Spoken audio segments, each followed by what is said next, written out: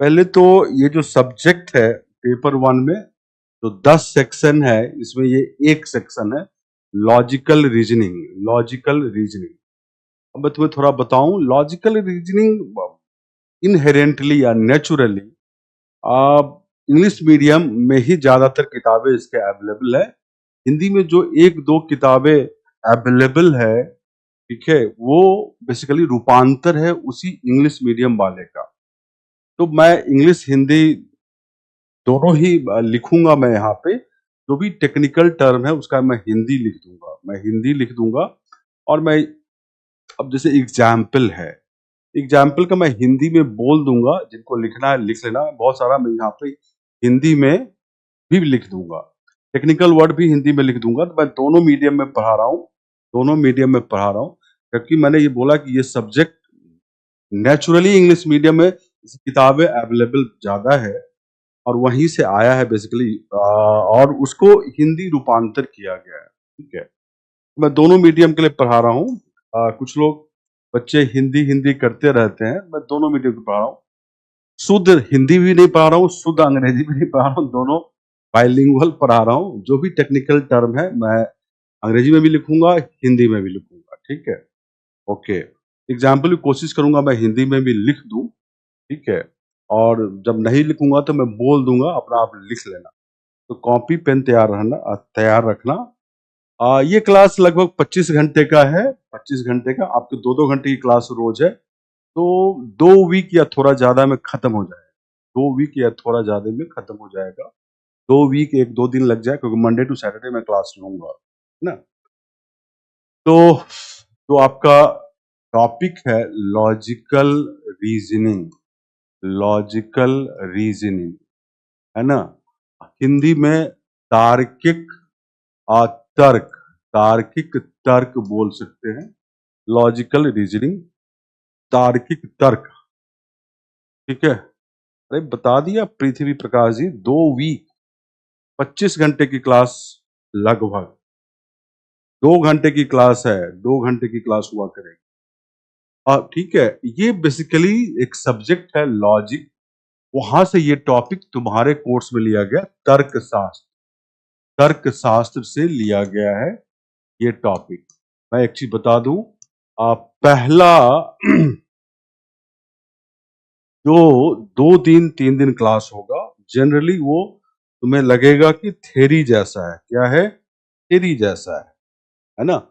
Theory जैसा। तो 1-2 दिन थोड़ा सा बोरिंग हो सकता है, उसके बाद हम क्वेश्चंस पे आएंगे। कहाँ से क्वेश्चन पूछा जा रहा है आजकल, ये मैं बता रहा हूँ।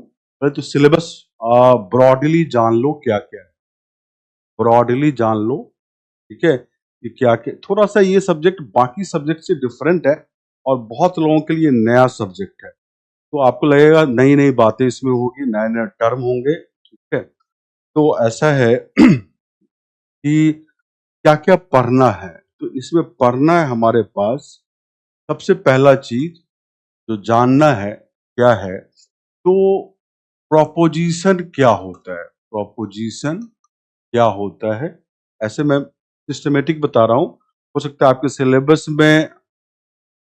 सिलेबस में कुछ और ढंग से लिखा हो। मैं जैसे पढ़ेंगे हम लोग वो बता रहा हूं। तो प्रोपोजिशन मतलब होता है तर्क वाक्य। क्या मतलब होता है? तर्क वाक्य। इसका वर्गीकरण, इसका वर्गीकरण, क्लासिफिकेशन, इसके बारे में फिर इसका क्वांटिटी क्या है, क्वालिटी क्या है, परिमाण, गुण, ये सब क्या है, ये सब पढ़ेंगे प्रोपोजिशन के बारे में। फिर हम लोग पढ़ेंगे आर्गुमेंट। इसके बारे में आर्गुमेंट के बराबर, इसको हम लोग हिंदी में युक्ति बोलते हैं। युक्ति, आर्गुमेंट क्या है। फिर ठीक है, और फिर अभी अब सिलेबस लिख रहे हैं मोटा मोटे, तो सिस्टमेटिकली हम कैसे पढ़ेंगे वो बता रहे हैं।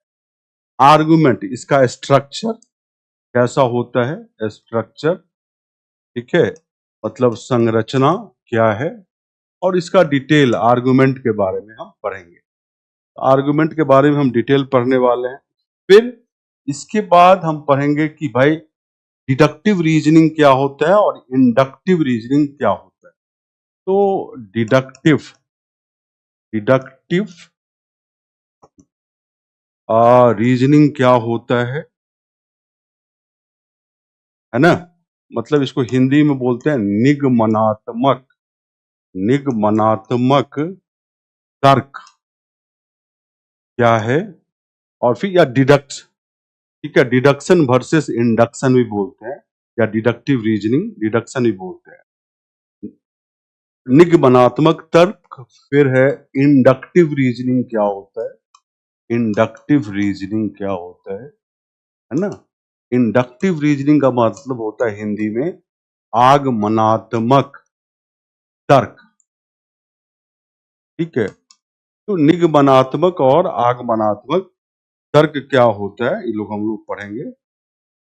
या डिडक्शन, इसी को बोलते हैं डिडक्शन इंडक्शन, निगमन आगमन, ठीक है। ये सिलेबस में लिख रहा हूं, ये पढ़ा नहीं रहा। फिर हम लोग जानेंगे इन्फेरेंस के बारे में। इसके बारे में इन्फेरेंस, इसको हिंदी में निष्कर्ष बोलते हैं, उसके बारे में जाना है। इसी में हमें सिलोगिज्म भी जानना है।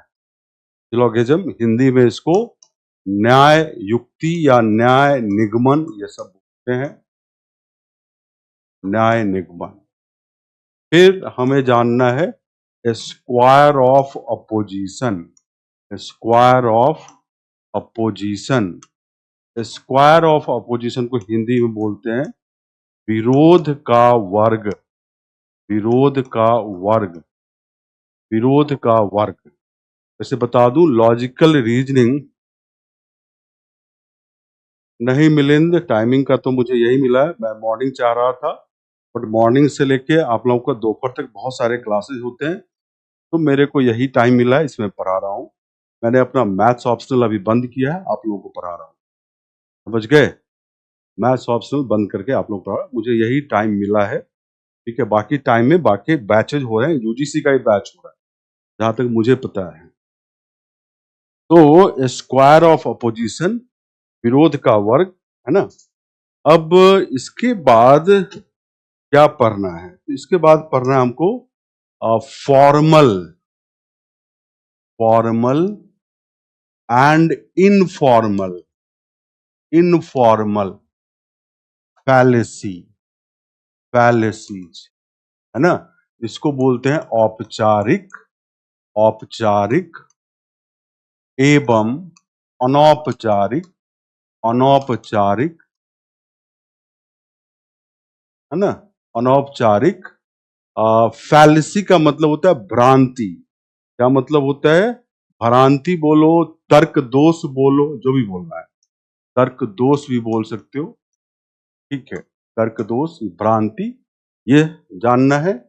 इसके बाद हमें जानना है Indian logic, Indian logic, Indian logic, Indian logic मतलब भारतीय तर्कशास्त्र, ठीक है, भारतीय तर्कशास्त्र, ये जानना है। इतना चीज पढ़ना है। भारतीय तर्कशास्त्र में न्याय स्कूल का जो तर्क का जो चीजें था वो जानना है। न्याय स्कूल ऑफ थॉट कह सकते हैं, न्याय school of philosophy, source of knowledge, ये सब जानना है। इतने चीजें पढ़ना है। अब इम्पोर्टेंट क्या है इसमें, कहां से क्वेश्चन आ रहा है मैं बता दूं। अगर 4-5-6 एग्जाम देखोगे, पिछला जो रिसेंट 4-5-6 एग्जाम देखो, हेत्वाभास वगैरह हम पढ़ेंगे इंडियन लॉजिक में, ठीक है, पढ़ेंगे।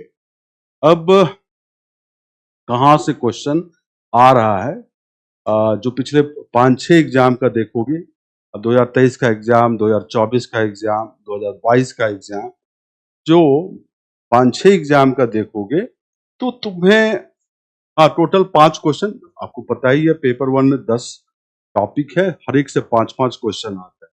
इससे भी 5 क्वेश्चन आएगा, ठीक है, 10 मार्क्स का होगा, नेगेटिव मार्क तो है नहीं। वैसे बता दूं, ये सब टॉपिक जो बच्चा बढ़िया से करके जाता है का होने का चांस बहुत ज्यादा रहता है, क्योंकि ये सब टॉपिक बहुत कॉमन टॉपिक, बच्चे बहुत सारे इसको छोड़ के जाते हैं या कंफ्यूज रहते हैं, थोड़ा सा कंफ्यूजिंग भी बच्चों को दिखता है। और जो किताबें अवेलेबल है, जो गाइड अवेलेबल है, बहुत कंफ्यूजिंग ढंग से लिखा हुआ है। ठीक है, ये बता दूं मैं। चलिए, जो इम्पोर्टेंट है जहां से क्वेश्चन आने वाला है मैं बता दूं। क्वेश्चन आएगा विरोध के वर्ग से, इन्फेरेंस वाले से 2, फिर फॉर्मल और इनफॉर्मल फैलेसी से, इंडियन लॉजिक से। जनरली हम देखते हैं, अभी जो देख रहा हूं मैं कि 2 क्वेश्चन लगभग यहां से, 2 या 1 क्वेश्चन यहां से, 1 क्वेश्चन और 2 क्वेश्चन यहां से, ठीक है। 1 यहां से होगा तो 2 यहां से होगा, 1 यहां से तो 2 यहां से। जनरली ये रहता है। एक क्वेश्चन इनफॉर्मल फैलेसी का होता है, एक क्वेश्चन इनफॉर्मल फैलेसी अनौपचारिक, और एक क्वेश्चन इंडियन लॉजिक्स। ये ऐसे ही रहता है, एक यहाँ, एक इनफॉर्मल से, फॉर्मल पीछे ही काउंट हो जाता है सिलोगिज्म वगैरह में ही। इन दोनों से 3 क्वेश्चन, एक इनफॉर्मल फैलेसी अनौपचारिक तर्क दोष, एक इंडियन, 5 क्वेश्चन रहता है यहाँ से। और 5 के 5 5 के 5 आप सही कर सकते हैं। 5 में 4 तो निश्चित ही कर लेंगे, एक मैं रख दिया हूं, 5 के 5 भी सही कर सकते हो, पर एक मैंने आउट रखा है कि हो सकता है गलत आप कर पाए। ठीक है, यही है। समझ गए सिलेबस क्या है? ठीक है, सिलेबस जैसे मैंने लिखा है वैसे ही हम पढ़ेंगे। थोड़ा थ्योरी को मैं चाहूंगा कॉन्साइज कर दूं, बहुत ज्यादा थ्योरेटिकल ना बनाऊं। तो इस अभी पिछले बैच में थोड़ा मैं ज्यादा थ्योरी पढ़ाया था, इस बैच में थोड़ा सा कम कर रहा हूं, थोड़ा उसको संक्षिप्त कर रहा हूं मैं। ठीक है, वेस्टर्न लॉजिक वर्षा सिंह, जो सिलोगिज्म है वर्षा सिंह वेस्टर्न लॉजिक ही है ना। जो कैटेगोरिकल सिलोगिज्म करते हैं वेस्टर्न लॉजिक है, इसलिए इंडियन लॉजिक का अलग से चैप्टर है ना। चलिए, तो ये सिलोगिज्म वगैरह जो पढ़ रहे हो, ये आर्गुमेंट, ये सब सब वेस्टर्न लॉजिक ही, ठीक है।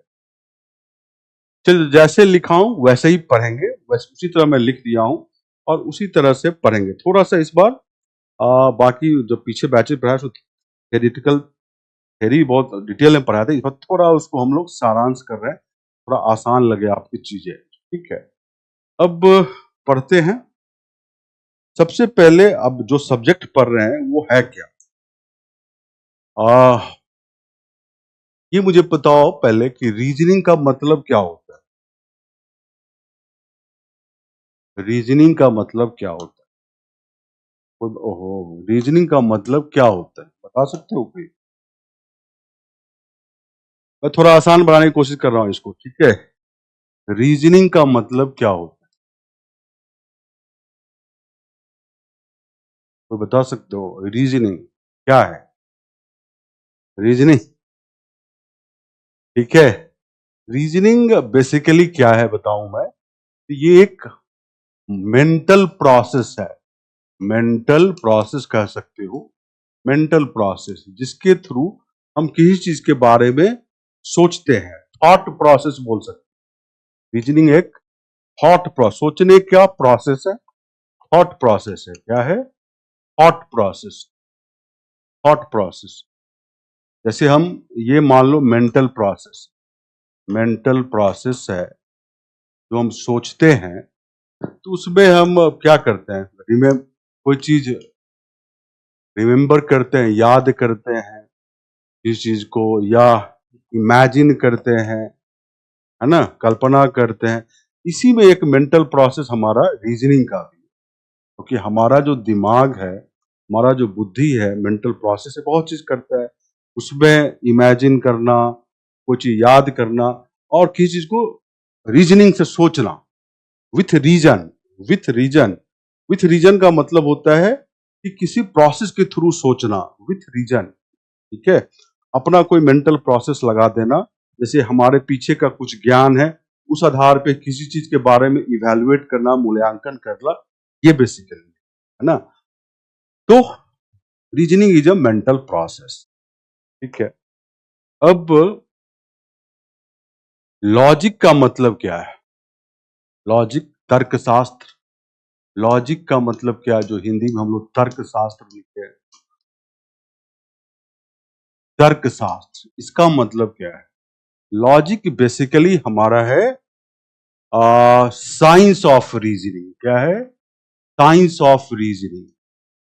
साइंस ऑफ रीजनिंग, साधारण भाषा में बोलो तर्क करने का विज्ञान। साइंस ऑफ रीजनिंग बोल सकते हो, या ये भी बोल सकते हो science of law of thought, science of laws of thought. Logic का मतलब यही है कि साइंस ऑफ रीजनिंग तर्क करने का विज्ञान या सोचने का विज्ञान। ठीक है, अब साइंस ऑफ रीजनिंग में क्या है, तो हमें ये बताता है कि कौन सा रीजनिंग वैलिड है, कौन सा रीजनिंग इनवैलिड है, मतलब कौन सा तर्क वैध है। इसके लिए मेथड बताता है, तरीका बताता है। लॉजिक, मेथड, तरीका, ये सब पढ़ेंगे हम। कौन सा तर्क वैध है, कौन सा तर्क अवैध है। तो बेसिकली साइंस ऑफ रीजनिंग से हम वैलिड वर्सेस इनवैलिड, इसका मेथड हमें बताता है ये, मतलब वैध, ठीक है, या अवैध। ठीक है, वैलिड या इनवैलिड रीजनिंग, इनवैलिड रीजनिंग, तर्क। ये जो प्रोसेस है हमें लॉजिक सब्जेक्ट में ही पढ़ते हैं, मेथड पढ़ते हैं कि कौन सा तर्क वैध है, कौन सा अवैध है। अब सोचोगे तुम कि भाई वैध और अवैध तर्क क्या होता है, तो देखो बिना आधार का, आधार कैसे हो सकता है, आधार कोई तुम्हारे पास एग्जाम्पल हो, उदाहरण हो, या तुम्हारा पहले का कुछ अनुभव हो, उसी आधार पे किसी चीज के बारे में सोचते हो, ये निष्कर्ष गलत है या सही है, मेनली यही करते हैं। तो वैलिड रीजनिंग का मतलब ये होता है, वैलिड रीजनिंग का मतलब होता है, वैलिड रीजनिंग मतलब वैध तर्क, मतलब वैध तर्क। इसका मतलब है कि किसी निष्कर्ष पर अगर हम पहुंचते हैं तो उसका आधार स्ट्रांग होना चाहिए, मतलब एविडेंस स्ट्रांग होना चाहिए, आधार स्ट्रांग होना चाहिए, मतलब सपोर्ट, सपोर्ट मतलब आधार स्ट्रांग होना चाहिए, स्ट्रांग होना चाहिए किसी निष्कर्ष के लिए, किसी निष्कर्ष के लिए, है ना, मतलब इन्फेरेंस कर लो या कंक्लूजन के लिए, इन्फेरेंस कर लो या कंक्लूजन कर लो। तो आधार स्ट्रांग होना चाहिए, पर्याप्त होना चाहिए, पर्याप्त भी, पर्याप्त या सफिशिएंट में लिख देता हूं, सफिशिएंट, सफिशिएंट होना चाहिए। ठीक है, क्या होना चाहिए, स्ट्रांग इनफ होना चाहिए, पर्याप्त होना चाहिए। सफिशिएंट होना चाहिए मतलब पर्याप्त होना चाहिए, पर्याप्त होना चाहिए। तो आधार मतलब एविडेंस स्ट्रांग होना चाहिए, पर्याप्त होना चाहिए किसी निष्कर्ष को सपोर्ट करने के लिए। एग्जाम्पल के लिए, जैसे हमने एक सपोर्ट लिया, सपोर्ट लिया, है ना, सपोर्ट को हम लोग प्रेमाइस ही बोलते हैं अंग्रेजी में, वैसे हिंदी में आधार वाक्य क्या बोलते हैं, हिंदी में आधार वाक्य। ठीक है, हिंदी में क्या बोलते हैं, आधार वाक्य, या अंग्रेजी में प्रेमाइस। ठीक है,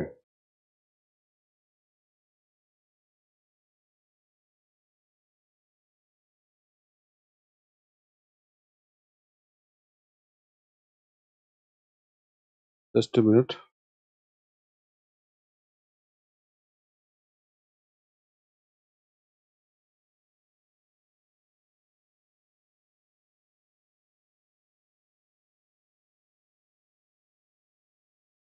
ठीक है, तो सपोर्ट को अंग्रेजी में प्रेमाइस भी बोलते हैं, अगर ये भी यूज कर दिए कोई दिक्कत नहीं है।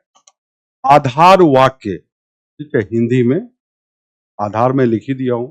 जैसे मैंने लिखा कि all politician, all politicians are corrupt, are corrupt, ये हमारा आधार वाक्य है। सभी राजनेता करप्ट हैं, भ्रष्ट हैं, चलो भ्रष्ट हैं, मैंने लिखा भ्रष्ट हैं।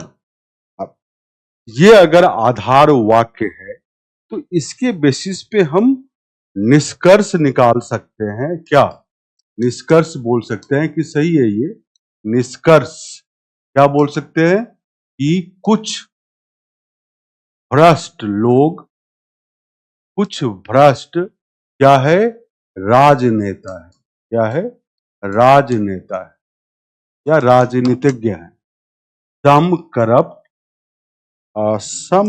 Persons, some corrupt persons are politicians. तो ये निष्कर्ष निकालने के लिए कुछ भ्रष्ट राजनेता है।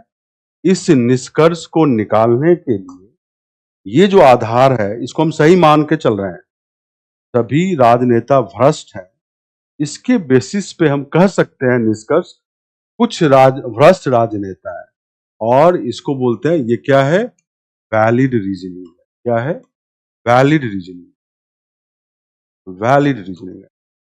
मान लो निष्कर्ष 1 है, निष्कर्ष अगर हम 2 लिख दें यहाँ पे, निष्कर्ष और 2 लिख दें कि भाई सभी भ्रष्ट राजनेता, सभी भ्रष्ट राजनेता या अंग्रेजी में ऑल करप्ट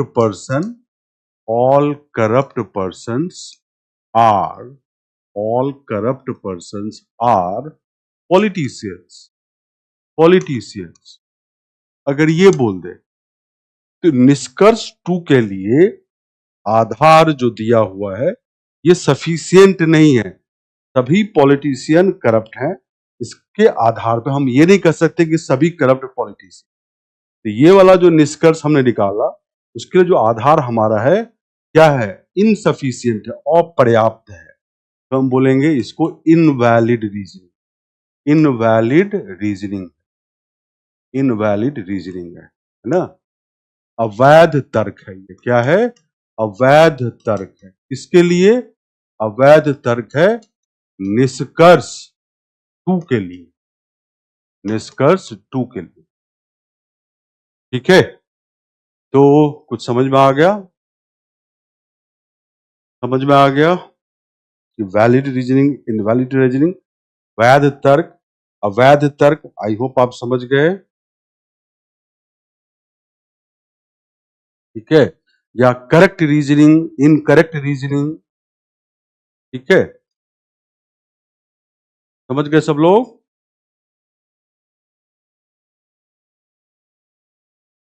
वैलिड रीजनिंग को हम लोग करेक्ट रीजनिंग भी बोल सकते हैं। करेक्ट रीजनिंग भी बोल सकते हैं। और इनवैलिड को हम लोग इनकरेक्ट रीजनिंग भी बोल सकते हैं। इनकरेक्ट रीजनिंग भी बोल सकते हैं। ठीक है, अब जो मैं लिख रहा हूं, जैसे लिख रहा हूं, ठीक है। अरे मैंने बोला कि सभी राजनेता भ्रष्ट हैं, ये हमारा आधार वाक्य है। इसके बेसिस पे हमने निष्कर्ष लिखा कि कुछ भ्रष्ट राजनेता हैं। ठीक है, कुछ भ्रष्ट, तो ये वैलिड है। उसके लिए जो आधार वाक्य है वो सफिशिएंट है इस निष्कर्ष के लिए। लेकिन हमने अगर दूसरा निष्कर्ष लिखा कि सभी भ्रष्ट राजनेता है, इसके लिए ये आधार वाक्य सफिशिएंट नहीं है। हो सकता है कुछ करप्ट पुलिसमैन हो, कुछ करप्ट कुछ और लोग हो, ऐसा हो सकता है।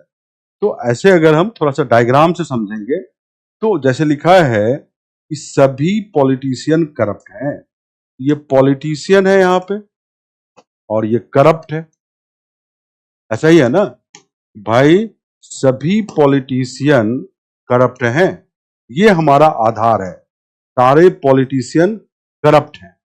अब हम कहते हैं कि कुछ करप्ट पॉलिटिशियन है, ये तो कॉमन है ना, पीला वाला तो कॉमन करप्ट में भी है, कह सकते हैं कुछ करप्ट पॉलिटिशियन है।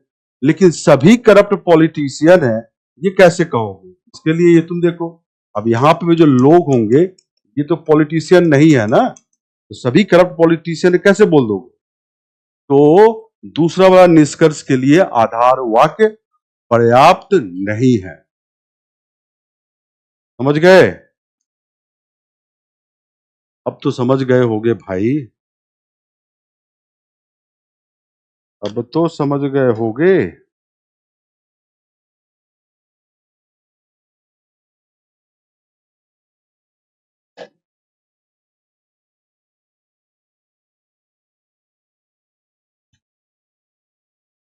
देखो मैं 2 बार 3 बार बता दिया, डायग्राम से भी बता दिया, और फिर भी कुछ लोगों को दिक्कत है, तो वीडियो तुम्हारे पास रहता है, और बार देख लो, और बार देख लो, ठीक है? और बार देख लीजिए, क्या दिक्कत है? देखिए, आनंद कुमार जी बता दिए सेकंड कंक्लूजन कैसे गए और फर्स्ट कैसे करेक्ट। चलिए ठीक है, ओके। अब हम आ, आ रहे हैं तर्क वाक्य की ओर। अच्छा एक चीज मैं तुमसे पहले ही पूछ लूं तुम लोगों से, भैया जैसे मैं लिख रहा हूँ ये ठीक है ना? हिंदी वाले अंग्रेजी वाले चीजें समझ में आ रही है जो मैं लिख रहा हूँ? हिंदी हिंदी अंग्रेजी में मिक्स करके ही लिख रहा हूँ, ठीक है?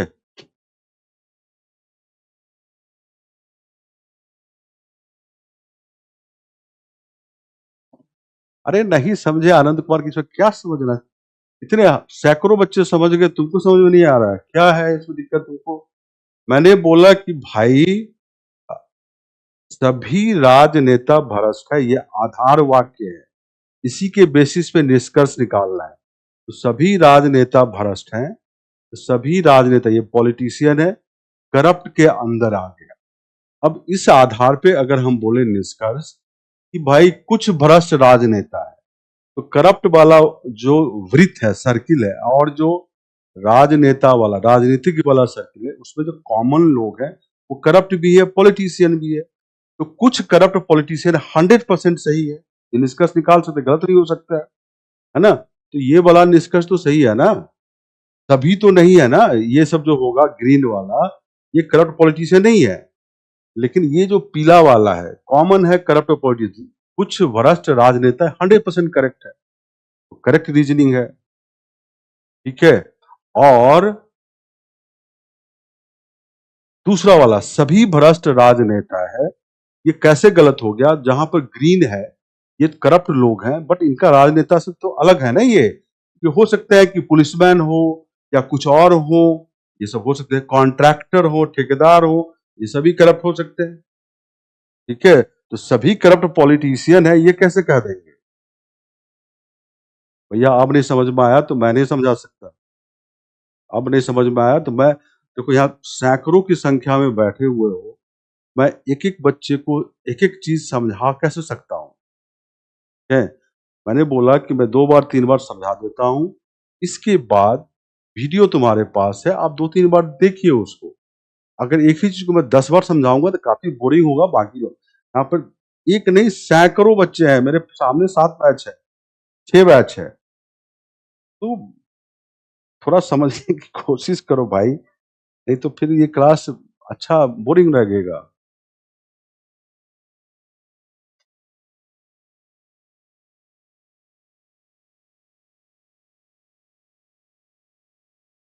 अब कुछ लोग लिख रहे हैं सर स्पीड बढ़ाइए सर, कुछ लोग लिखोगे स्पीड धीरे रखिए सर। मैं बैलेंस करने की कोशिश कर रहा हूँ, बैलेंस करने की मैं कोशिश कर रहा हूँ, भाई सबको चीजें समझ में आए। अब मैं आ रहा था कहाँ पे? तो प्रोपोजिशन, तर्क वाक्य। प्रोपोजिशन किसे बोलते हैं? प्रोपोजिशन, प्रोपोजिशन तर्क वाक्य। तर्क वाक्य क्या होता है? ऑब्वियसली प्रोपोजिशन जो है सिंपलेस्ट यूनिट है लॉजिक में, क्योंकि तर्क वाक्य जो है वो पहला इकाई है, उसी के पास, उसी के बाद कृपया क्लास से रिलेवेंट बातें लिखो, ठीक है, कब तक क्लास चलेगी, कब अंत होगी, ये सब लिखोगे तो भैया वो सब ब्लॉक हो जाओगे, चुपचाप पढ़ लो। ये सब बात मत लिखो, अब मुझे इरिटेट मत करो, ये सब बात लिखो। कब तक चलेगी, क्या चलेगी, आप क्या पहन के आए, क्या खा के आए, क्या, ये सब मत पूछो हमसे, कृपया समझें। ठीक है, केवल सब्जेक्ट की बात करें, सब्जेक्ट से रिलेटेड बातें करें, इधर-उधर की बातें ना करें, दैट इरिटेट्स, मुझे इरिटेट करता है। ठीक है, तो ये सब ध्यान रखना, अभी से पहली क्लास में पहले समझा दूँ मैं। सारे लोग यूजीसी नेट दे रहे हो, मतलब शिक्षक बनने जा रहे हो। शिक्षक का क्या-क्या कर्तव्य और ड्यूटी होता है और क्या-क्या फेस करता है, जब बन जाओगे समझ में आ जाएगा। ठीक है, अभी तो कुछ भी चैट में लिख के निकल लेते हो ना, क्योंकि ऑनलाइन क्लास है। कृपया रेलेवेंट चीजें चैट में लिखिए, सब्जेक्ट से रिलेटेड लिखिए, मैं आंसर करूंगा। इधर-उधर का चीज लिखेंगे, ब्लॉक कर दूंगा, फिर पूरे बैच के लिए गायब हो जाओगे।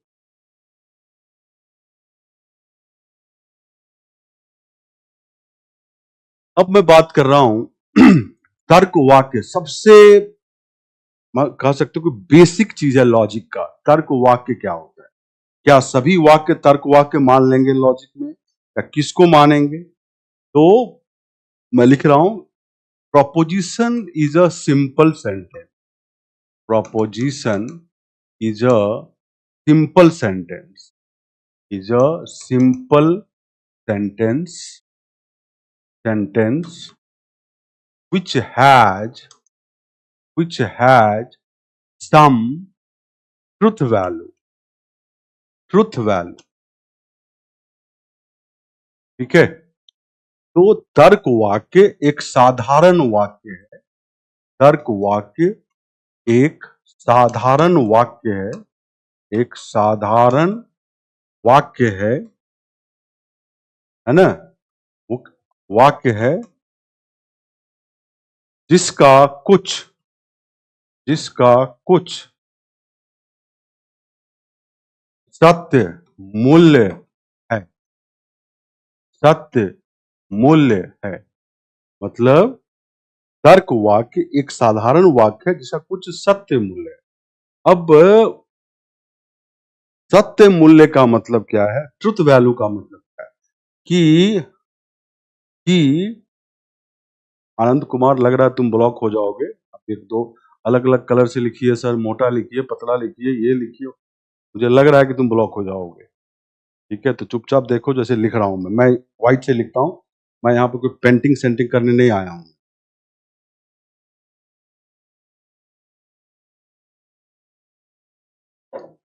ठीक है, तो proposition is a simple sentence which had some truth value।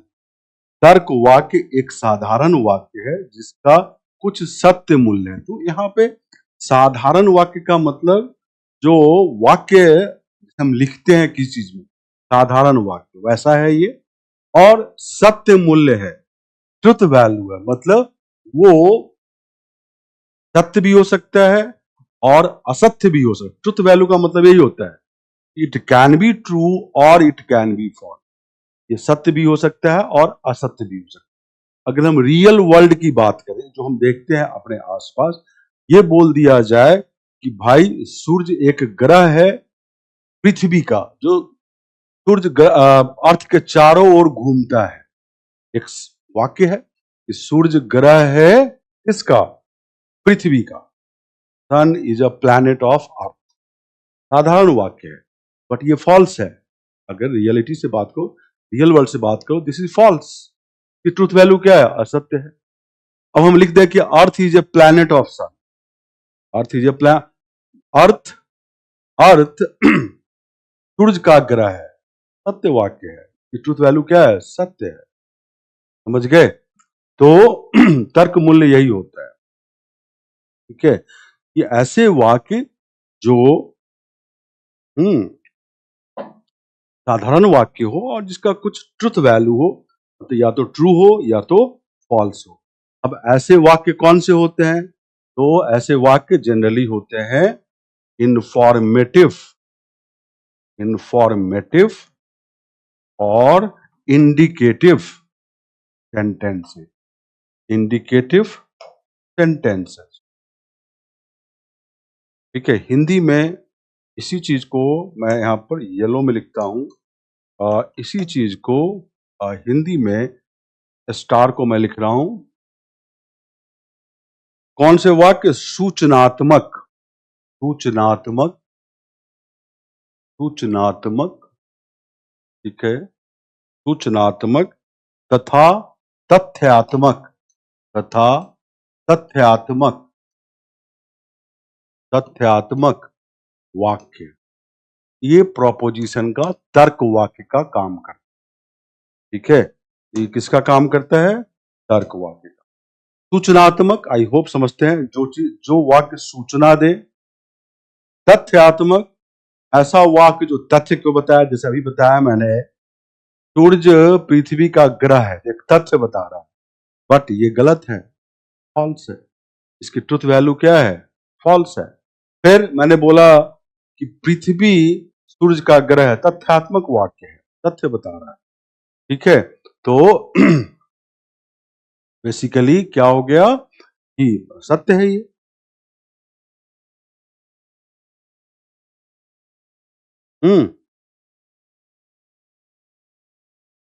चलिए ठीक है।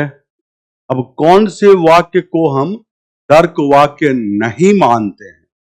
कौन से वाक्य को तर्क वाक्य नहीं मानते हैं, ये हम जानने की कोशिश करते हैं कि किस वाक्य को तर्क वाक्य हम लॉजिक में नहीं मानेंगे। तो जैसे यहां पे मैं नोट लिखता हूं, नोट, जो इंट्रोगेटिव सेंटेंस है, पहला इंट्रोगेटिव और एक्सक्लेमेटरी, एक्सक्लेमेटरी, एक्सक्लेमेटरी सेंटेंस को हम लोग not a proposition, not a proposition, मतलब हिंदी में इंट्रोगेटिव प्रश्नवाचक, है ना, या प्रश्न सूचक। ठीक है, प्रश्न सूचक, अरे इंफॉर्मेशन जो दे, इंफॉर्मेशन दे। ठीक है, आरती पूछ रही है सर इंफॉर्मेटिव का एग्जाम्पल, जो आपको इंफॉर्मेशन दे, तभी पुलिस वाले ईमानदार है, इंफॉर्मेशन दे रहा आपको। ठीक है, आरती, आकृति, सॉरी।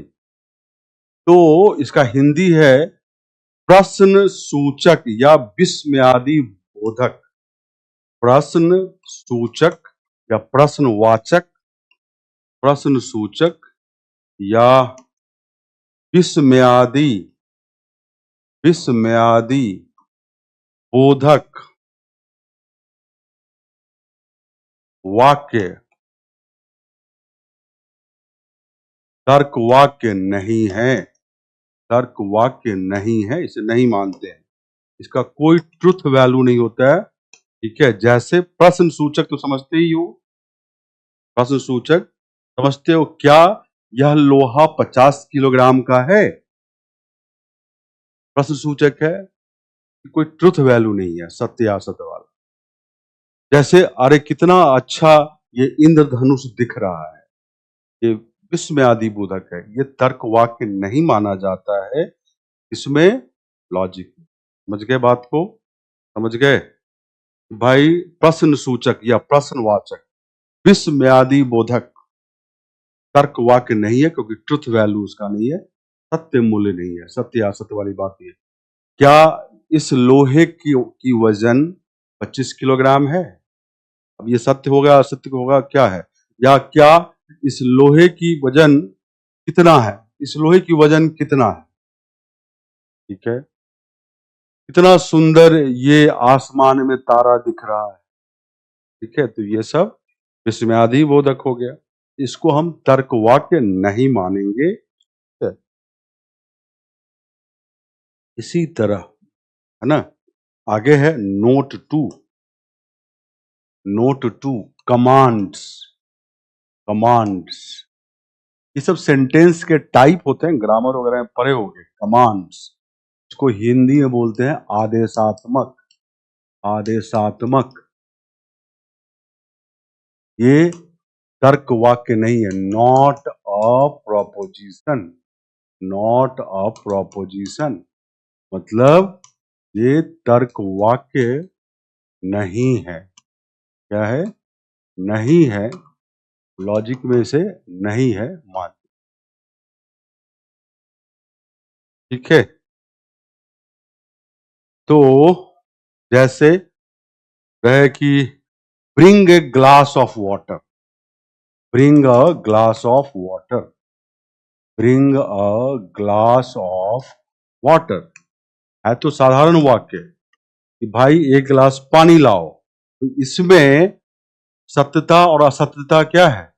ट्रुथ वैल्यू क्या है? कुछ नहीं। तो ये इंटरेस्ट का नहीं है, लॉजिक में इंटरेस्ट का नहीं है, समझ गए? तो bring a glass of water, एक ग्लास पानी लाओ, इसको हम तर्क वाक्य नहीं मानेंगे, इसका कोई ट्रुथ वैल्यू नहीं है, ये सत्य या असत्य वाली बात नहीं है। ठीक है, तो आगे हम डिटेल पढ़ेंगे प्रोपोजिशन के जो हमारे काम का है। ठीक है,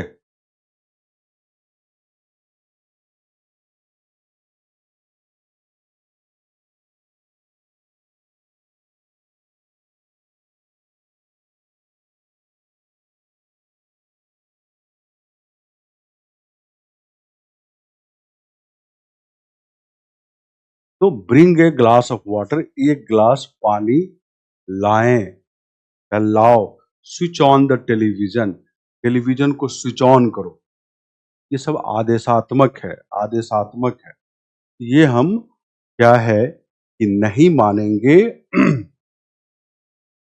तर्क वाक्य को, तर्क में लॉजिक, इसको प्रोपोजिशन हम काउंट नहीं करते हैं। आगे जो प्रोपोजिशन है, तर्क वाक्य है, आगे हम पढ़ेंगे उसके टाइप होते हैं। ठीक है, निरपेक्ष तर्क वाक्य, मिश्र तर्क वाक्य, मतलब कैटेगोरिकल प्रोपोजिशन, कंपाउंड, ये सब आगे पढ़ेंगे। अभी तत्काल के लिए हमने क्या पढ़ा? प्रोपोजिशन। ठीक है, क्या लिख रहे हो सोनी सिंह? सर जो नोट, नोट का स्पेलिंग ठीक करो, नोट कर रहे हैं, आपको समझ में आ रहा है क्या? मैंने थोड़ी देर में क्लास ज्वाइन की थी, थोड़ी देर में ज्वाइन की हो तो कृपया आप शुरू से देखिए, आप बीच में मत ज्वाइन कीजिए, कुछ समझ में नहीं आएगा, कुछ समझ में नहीं आएगा। ठीक है, ये मैंने पहले ही क्या क्या बोला है कि लॉजिक नया सब्जेक्ट है आपके लिए, और और आपको ये थोड़ा सा शुरुआत में अटपटा सा लगेगा, मैं बता चुका हूँ सब। है। आप शुरू से देखिए सोनी सिंह, बीच में मत आइए। मैं सबको बोल रहा हूँ क्लास को बीच में मत ज्वाइन किया करो, या तो क्लास मत करो। ठीक है, शुरू से देखो, ये क्लास मत करो, बीच में कभी आ गए कभी चले गए। ये ऑनलाइन का निगेटिव चीज बताता हूँ, बच्चे, बहुत सारे बच्चे सिंसियर नहीं होते हैं, वो कभी आए कभी गए, बीच में आ गए, एक क्लास छोड़ दिए, बाद में आ गए। ये सिंसियरिटी शो नहीं करता, वो बच्चे कभी पास नहीं करेंगे, इसका गारंटी रहता है। तो जो भी देखते हो आप शुरू से अंत तक देखिए, फर्स्ट क्लास देखिए, सेकंड क्लास देखिए, थर्ड क्लास देखिए। मैंने बोला कि 2 वीक की क्लास है, आपका 5 क्वेश्चन पक्का हो जाएगा, 5 नहीं तो 4 तो पक्का है ही, 5 भी पक्का हो सकता है। लेकिन कुछ लोग तो, अब क्या बोले मैं, कुछ लोगों को तो मेरी बातें कम समझ में आती, मेरी बातें जब क्लास खत्म हो जाती है तब समझ में आने लगता है। ठीक है, तो मैं सबको बोल रहा हूँ,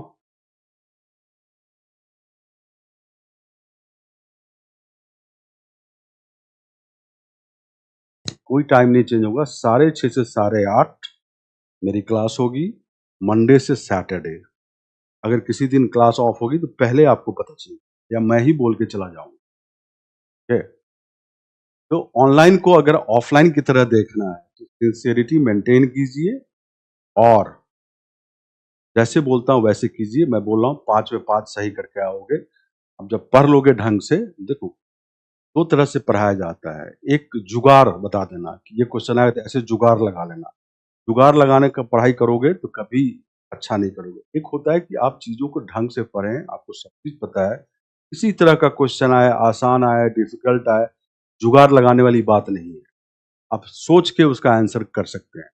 तो मैं वैसा शिक्षक नहीं हूँ कि मैं आपको जुगाड़ बताऊँ। ये यूट्यूब पे होते हैं शिक्षक, जुगाड़ बताते हैं। आसान-आसान 2-4 क्वेश्चन ले आएँगे आप ही के एग्ज़ाम का और बता देंगे, देखो जुगाड़ लग गया, और आप खुश होके निकल लिए। वो वैसे बच्चे हैं जो मेहनत नहीं करना चाहते, उनको अच्छा लगता है, और उसे वो पास नहीं करेंगे, वो निश्चित फेल करेंगे उसे। ये यूट्यूब का सेशन नहीं है, ये प्रॉपर क्लास है। मैं मेरा क्लास थोड़ा-सा आपको सोचने समझने में थोड़ा-सा आपको डिफ़िकल्ट लगेगा क्योंकि सब्जेक्ट पढ़ाया जा रहा है ना? मैं उसको आसान करने की कोशिश कर रहा हूँ, टेक्निकल सब्जेक्ट है, मैं पहले ही बता दिया हूँ। तो सिंसियरिटी के साथ पढ़िए, पढ़िएगा, क्लास कीजिएगा तो आपको लगेगा ऑफ़लाइन की तरफ पढ़ रहे हैं। जिस बच्चा का जितना भी क्वेरी रहता है, लेजिटिमेट क्वेरी मतलब सेंसिबल क्वेरी, मैं उसका आंसर करता ही करता हूँ, जितने बैच के ओनर हैं, ठीक है? हनी सिंह 8 बजे से आईसीटी क्लास होती है, 8:30 से करना उसको, ठीक है? ये 2 वीक लॉजिक कर लो, ICT can be managed, data interpretation can be managed, comprehension can be managed. वो जनता टॉपिक है, दुनिया में सब पढ़ के जाता है वो, ठीक है? जो नहीं पढ़ के जाता है, आपके पूरे 10 में 2 ही सब्जेक्ट है जो बच्चे पढ़ने में जिनको दिक्कत होता है। तो है दूसरा, दूसरा एग्ज़ाम्पल मैं दे रहा हूँ, एग्ज़ाम्पल 2 एग्ज़ाम्पल 2 इसमें पहला कथन है, if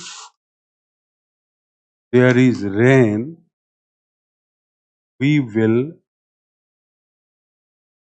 not go to picnic, we will not go to picnic, okay? If there is rain we will not go to picnic, ठीक है? तो मतलब अगर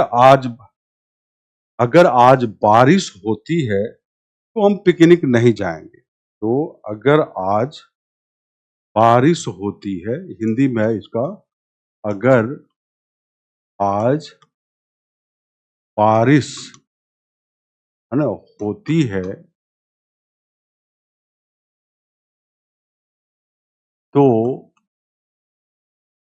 हम लोग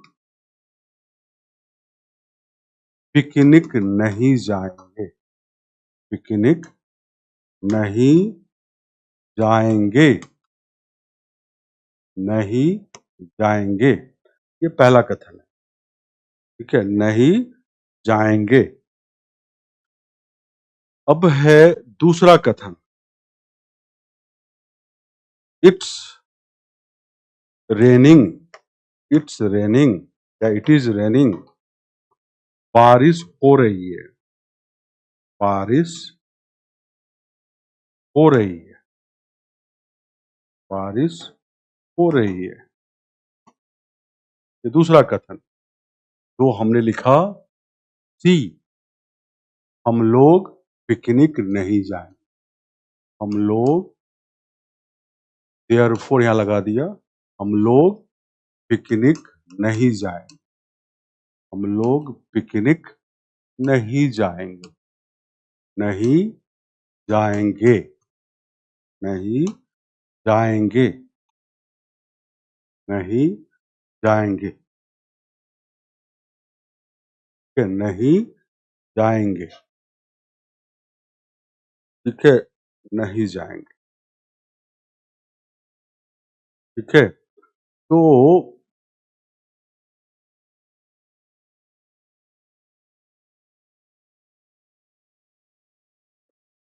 अब बताओ इसमें जो ए और बी है वो क्या है? ए और बी क्या है? आधार वाक्य है। ए और बी क्या है? आधार वाक्य है। ए और बी क्या है? आधार वाक्य है। यहाँ पर क्या है? ए और बी आधार वाक्य है। क्या है? आधार वाक्य है। मतलब सपोर्ट है और उसके ऊपर सी क्या है? निष्कर्ष है। निष्कर्ष है। क्या है? निष्कर्ष। ये क्या है? निष्कर्ष है।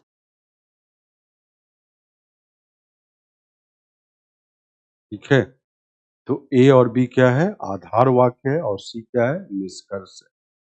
समझ गए? तो ये भी एक युक्ति है, ये भी आर्गुमेंट करने का, ठीक है?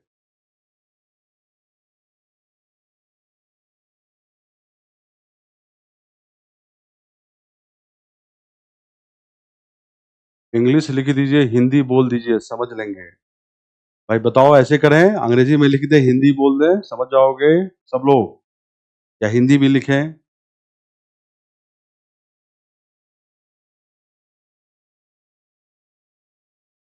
रानू एम तुम भी हो, तुम पहले भी थी।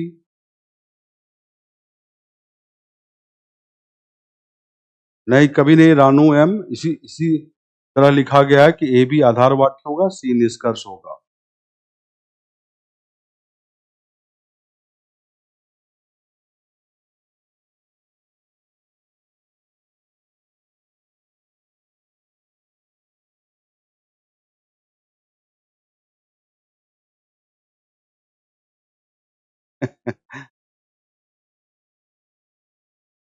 ठीक है, जैसे ही लिख रहे हैं वैसे ही लिखें। चलो ठीक है, देख लो भाई, अब तो मैक्सिमम लोग ऐसे ही लिख रहे हैं। नहीं तो भैया जैसे चल रहा है चलने दीजिए, ठीक है। कुछ हिंदी भी लिखिए, तो कुछ हिंदी भी तो लिख ही रहे हैं, कुछ क्या पूरा ही लिख रहे हैं। चलिए ठीक है, ओके ओके। ये बताओ, आर्गुमेंट समझ गए?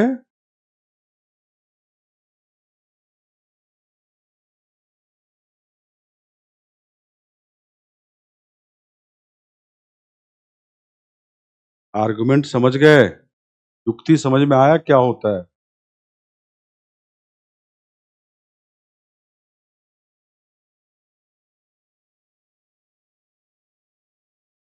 आर्गुमेंट समझ गए? अब क्या आर्गुमेंट नहीं मानते? Not an argument. नोट लिख रहा हूं मैं, note, not an argument, not an argument, not an argument. Argument क्या क्या नहीं हो सकता? आर्गुमेंट क्या क्या नहीं हो सकता है? कोई किसी चीज का रिपोर्ट है, रिपोर्ट है, कहीं कोई घटना हुआ और उसका रिपोर्ट आया, तो वो आर्गुमेंट नहीं है। रिपोर्ट का हिंदी हम लोग रपट भी बोलते हैं हिंदी में, ठीक है। कोई रपट आया, कहीं का रिपोर्ट आया, वो आर्गुमेंट नहीं है। ओपिनियन, किसी का ओपिनियन है, ओपिनियन है, ओपिनियन आर्गुमेंट नहीं माना जाता। ओपिनियन मतलब मत, मत या अभिमत, जो भी बोलो, ठीक है। एक्सप्लेनेशन, एक्सप्लेनेशन, एक्सप्लेनेशन, एक्सप्लेनेशन किसी चीज का व्याख्या है। मान लो किसी शब्द का डेमोक्रेसी क्या होता है, उसका व्याख्या लिखा हुआ कि डेमोक्रेसी ये होता है, तो वो हम आर्गुमेंट नहीं मानेंगे, वो हम, ठीक है, आर्गुमेंट नहीं मानेंगे। हनी सिंह, लग रहा है तुम मेरा पिछला क्लास की हो। हनी सिंह पिछला क्लास की हो, मुझे लग रहा है, हमारे शब्दों से लग रहा है मुझे, हनी सिंह। तो unsupported belief, unsupported, unsupported, unsupported belief, belief, unsupported belief मतलब असमर्थित विश्वास, असमर्थित, असमर्थित विश्वास। ऐसा कोई विश्वास तुम्हें हो जाए, ठीक है, ऐसा कोई विश्वास तुम्हें, ठीक है, ऐसा कोई विश्वास हो जाए जिसका कोई सपोर्ट ना हो।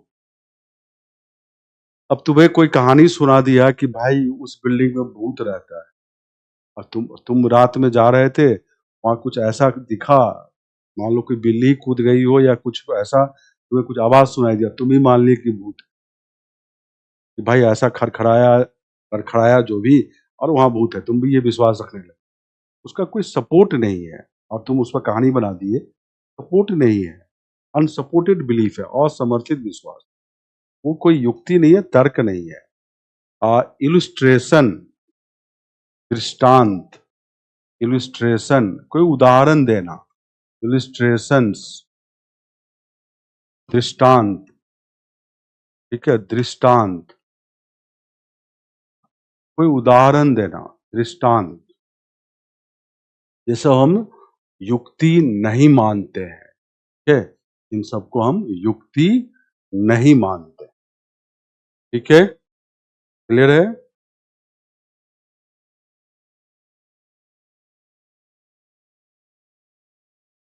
अब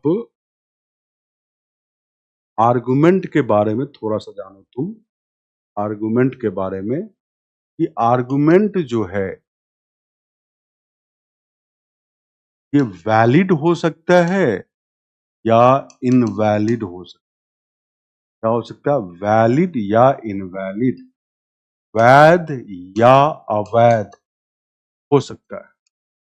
आर्गुमेंट वैध या अवैध हो सकता है। आर्गुमेंट ट्रू, सत्य या असत्य नहीं होता, असत्य नहीं होता है, नहीं होता है, ये गलत है, नहीं होता है। मतलब आर्गुमेंट ट्रू और फॉल्स, ट्रू और फॉल्स हम नहीं बोलते हैं, नहीं बोलते हैं कि आर्गुमेंट ट्रू है, ये ट्रू युक्ति है, ये सत्य युक्ति है, असत्य, ये गलत है। आर्गुमेंट वैध हो सकता है या अवैध हो सकता है। सत्य असत्य की भाषा, सत्य असत्य की भाषा कहां बताया था मैंने? तर्क वाक्य में। तर्क वाक्य सत्य हो सकता है, असत्य हो सकता है, बट युक्ति, आर्गुमेंट वैध होता है या अवैध होता है, ठीक है। एग्जाम्पल बता दिया जो आर्गुमेंट नहीं है। अरे बताया तो, कहीं चोरी हो गई, उसका कोई आया और रिपोर्ट लिखा दिया थाने में, ऐसे हुआ ऐसे हुआ, तो वो रिपोर्ट आर्गुमेंट नहीं हुआ। नंदिनी राज एग्जाम्पल बता दीजिए, बोल रही है। तुम गए गोवा घूमने और गोवा जो देखे वो आके तुम किसी फ्रेंड को बता दिए, तो वो आर्गुमेंट नहीं है, वो दृष्टांत सुना रहे हो, समझ गए? ठीक है, अभी मैं भूत वाला कहानी सुना रहा था, ठीक है।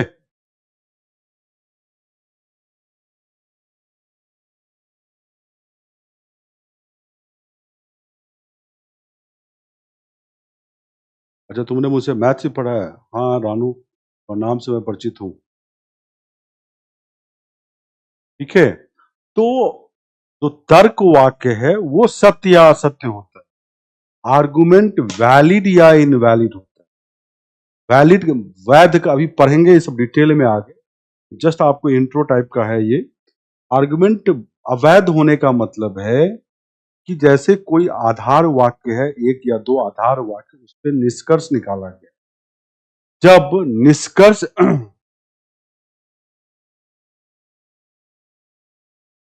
जब निष्कर्ष आधार दिए गए आधार वाक्य के बेसिस पे वैध नहीं है, निकाल नहीं सकते, मतलब इनवैलिड रीजनिंग है, मतलब जो आधार वाक्य है वो पर्याप्त नहीं है निष्कर्ष के लिए, तो ऐसे आर्गुमेंट को क्या बोलोगे? अवैध है। और निष्कर्ष दिए गए आधार वाक्य पर, दिए गए सपोर्ट पर ठीक है, दिए गए सपोर्ट पर अगर निष्कर्ष करेक्ट है तो वैलिड है, वो आर्गुमेंट वैलिड है। अरे क्वेश्चन कैसे बनेंगे? पहली क्लास में कितना सोनी क्वेश्चन भी करोगे? बच्चा आज के डेट में पढ़ना ही नहीं चाहता, वो चाहता है कि मैं कुछ दवा दे दूं, चूर्ण दे दूं और जब बस एग्जाम में क्वेश्चन का आंसर आ जाए। अभी क्वेश्चन बनाने की ही तैयारी कर रहे हैं, अगला 2-3 क्लास हम यही करेंगे, ठीक है। नहीं तो 2-3 क्लास के बाद अगर पहला 2-3 क्लास नहीं समझे के बाद कुछ भी समझ में नहीं आएगा, पहला 2-3 क्लास नहीं समझे के बाद कुछ भी समझ में नहीं आएगा। मैंने बताया ये सब्जेक्ट डिफरेंट है, ये सब्जेक्ट डिफरेंट है, तो आपको मैं समझाने की कोशिश, तुम क्या चाहते हो मैं पहले दिन से क्वेश्चन करना शुरू कर दूं? तो वो क्या हुआ? जुगाड़ बताना कि ऐसे जुगाड़ लगा लेना, जुगाड़ बताने वाला टीचर नहीं हूं मैं, ठीक है। जुगाड़ यूट्यूब पे लोग बताते हैं, मैं तुम्हें स्ट्रॉन्ग फाउंडेशन दे दूंगा, इससे किसी तरह का प्रश्न आए तुम वहां पर सॉल्व कर सकते हो। ऑब्वियसली मैं प्रश्न भी कराऊंगा, एग्जाम में जो प्रश्न आए एग्जाम लेवल का जो प्रश्न है वही कराऊंगा, ऐसा नहीं इधर उधर का प्रश्न करा दूंगा।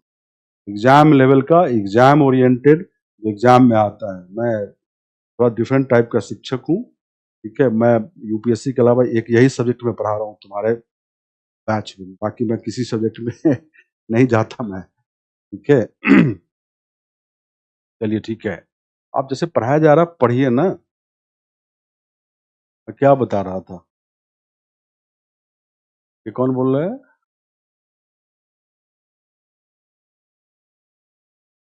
एकदम नहीं रूपा कुमारी, यूट्यूब पे तो मैं जाता भी नहीं, बहुत कम बहुत कम बहुत कम।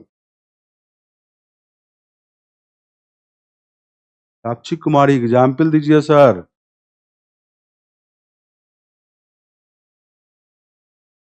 तो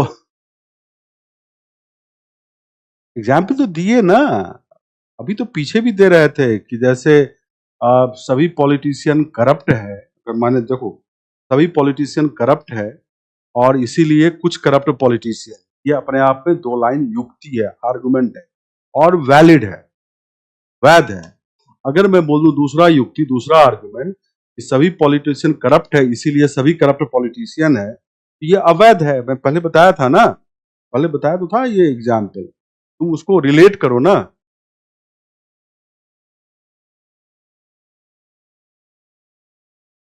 अच्छा काजल, वेरी गुड। ये तो एग्जाम्पल मैंने दिया था ना।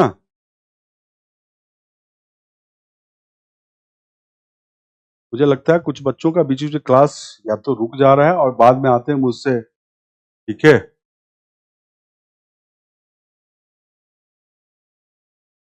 तो मैंने बताया था ना पहले ही एग्जाम्पल कि भाई आर्गुमेंट इनवैलिड कब होगा, जब इनवैलिड रीजनिंग है उसमें, और आर्गुमेंट वैलिड कब होगा, जब वैलिड रीजनिंग है उसमें। सिंपल समझो, अगर वैध तर्क है तो आर्गुमेंट वैलिड है।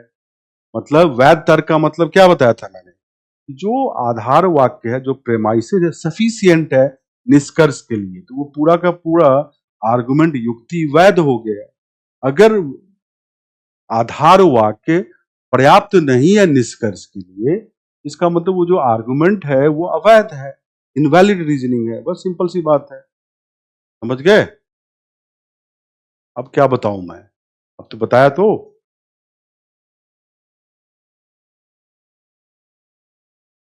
ठीक है, ओके। हम आगे बढ़ते हैं, आगे बढ़ते हैं।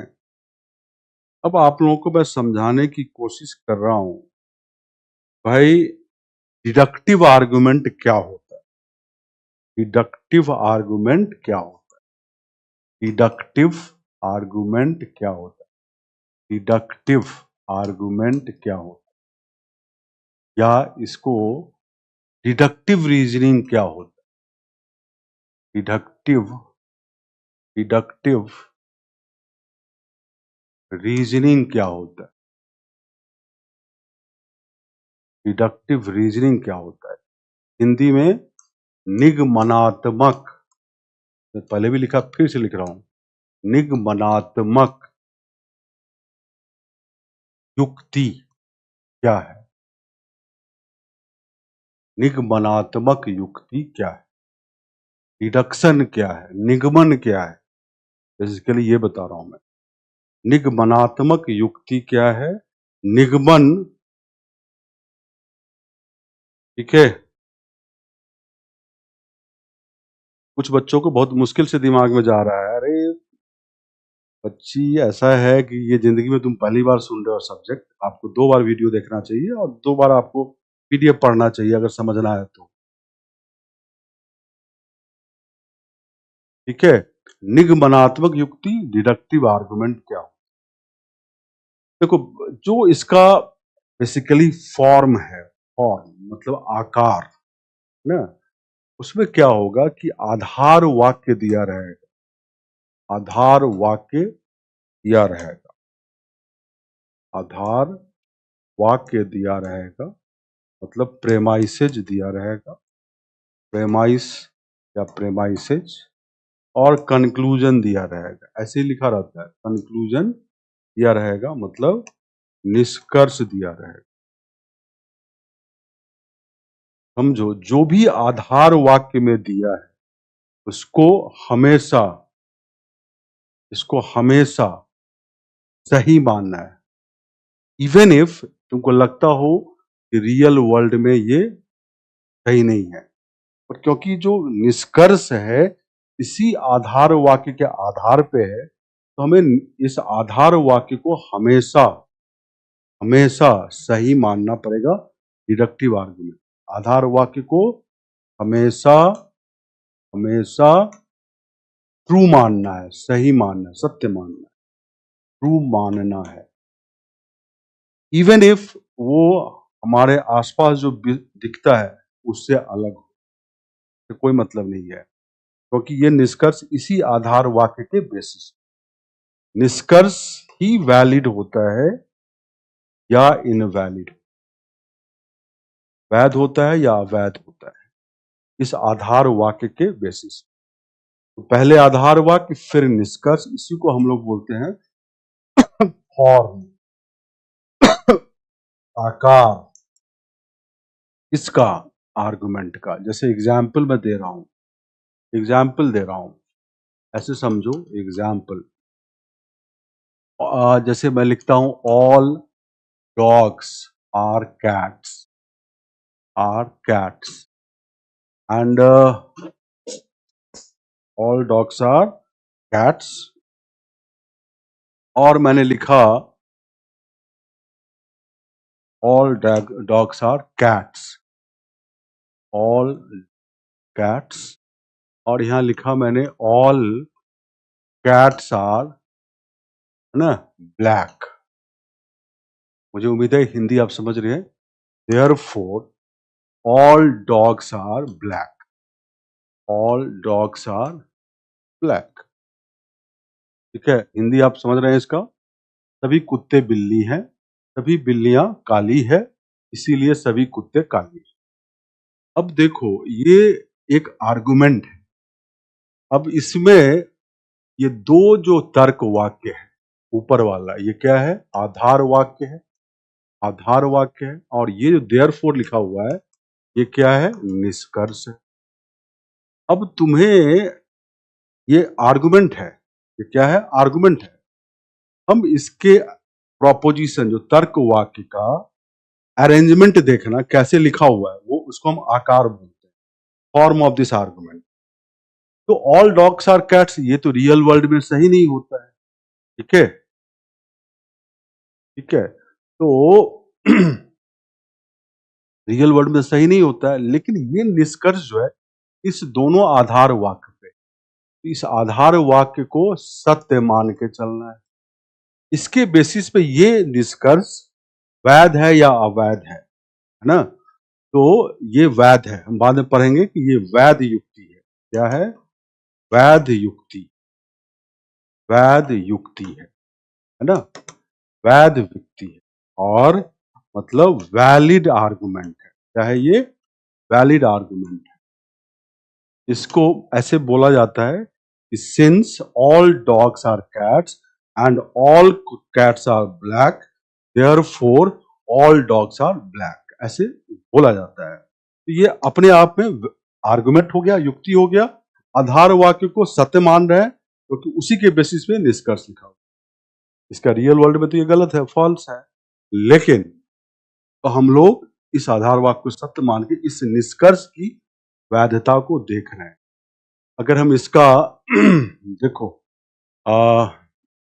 कहें, ये जो निष्कर्ष है अगर निश्चित रूप से इस दोनों आधार वाक्य से फॉलो होता है, इसका मतलब ये निष्कर्ष सही है। निश्चित रूप से इस दोनों आधार वाक्य से ये फॉलो हो रहा है, आ रहा है, ठीक है, तो बोलते हैं निगमन हो रहा है।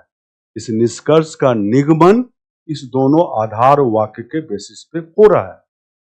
ठीक है, नेसेसरीली हो रहा है, मतलब कहीं इसका गलत होने का चांस नहीं है, इसको अगर सत्य मानते तो ये क्या है, वैध युक्ति है। और इस तरह के युक्ति को, इस तरह के आर्गुमेंट को हम डिडक्टिव आर्गुमेंट बोलते हैं या डिडक्टिव रीजनिंग बोलते हैं या डिडक्शन, ठीक है, समझ गए। और वैलिड जो होता है आर्गुमेंट, उसको हमेशा वैलिड होगा, उसका गलत होने का चांस नहीं है इसके बेसिस।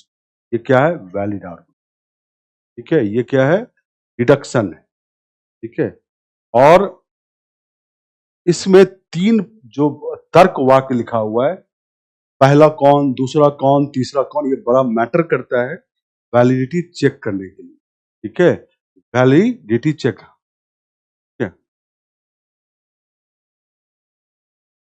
समझ गए। तो कैसे लिखा हुआ है ये तर्क वाक्य, इसका अरेंजमेंट, जिसको हम लोग फॉर्म बोलते हैं, फॉर्म ऑफ आर्गुमेंट, आर्गुमेंट का आकार, ये इंपॉर्टेंट। इसका विषय वस्तु, कंटेंट क्या लिखा हुआ, ये हमें इंपॉर्टेंट नहीं है। ये आर्गुमेंट करने का तरीका है, इसको हम लोग क्या बोलते हैं? डिडक्शन। क्या बोलते हैं? डिडक्शन। ये तुम्हारा डिडक्टिव आर्गुमेंट, समझ गए। और ये वाला जो एग्जाम्पल दिया ये वैलिड है, वैलिड आर्गुमेंट।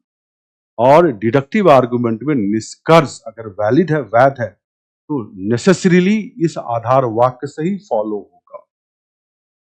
क्लियर है? देयरफॉर के बाद जो रहता है वो कंक्लूजन होता है, 10 के बाद जो रहता है वो कंक्लूजन होता है, ठीक है।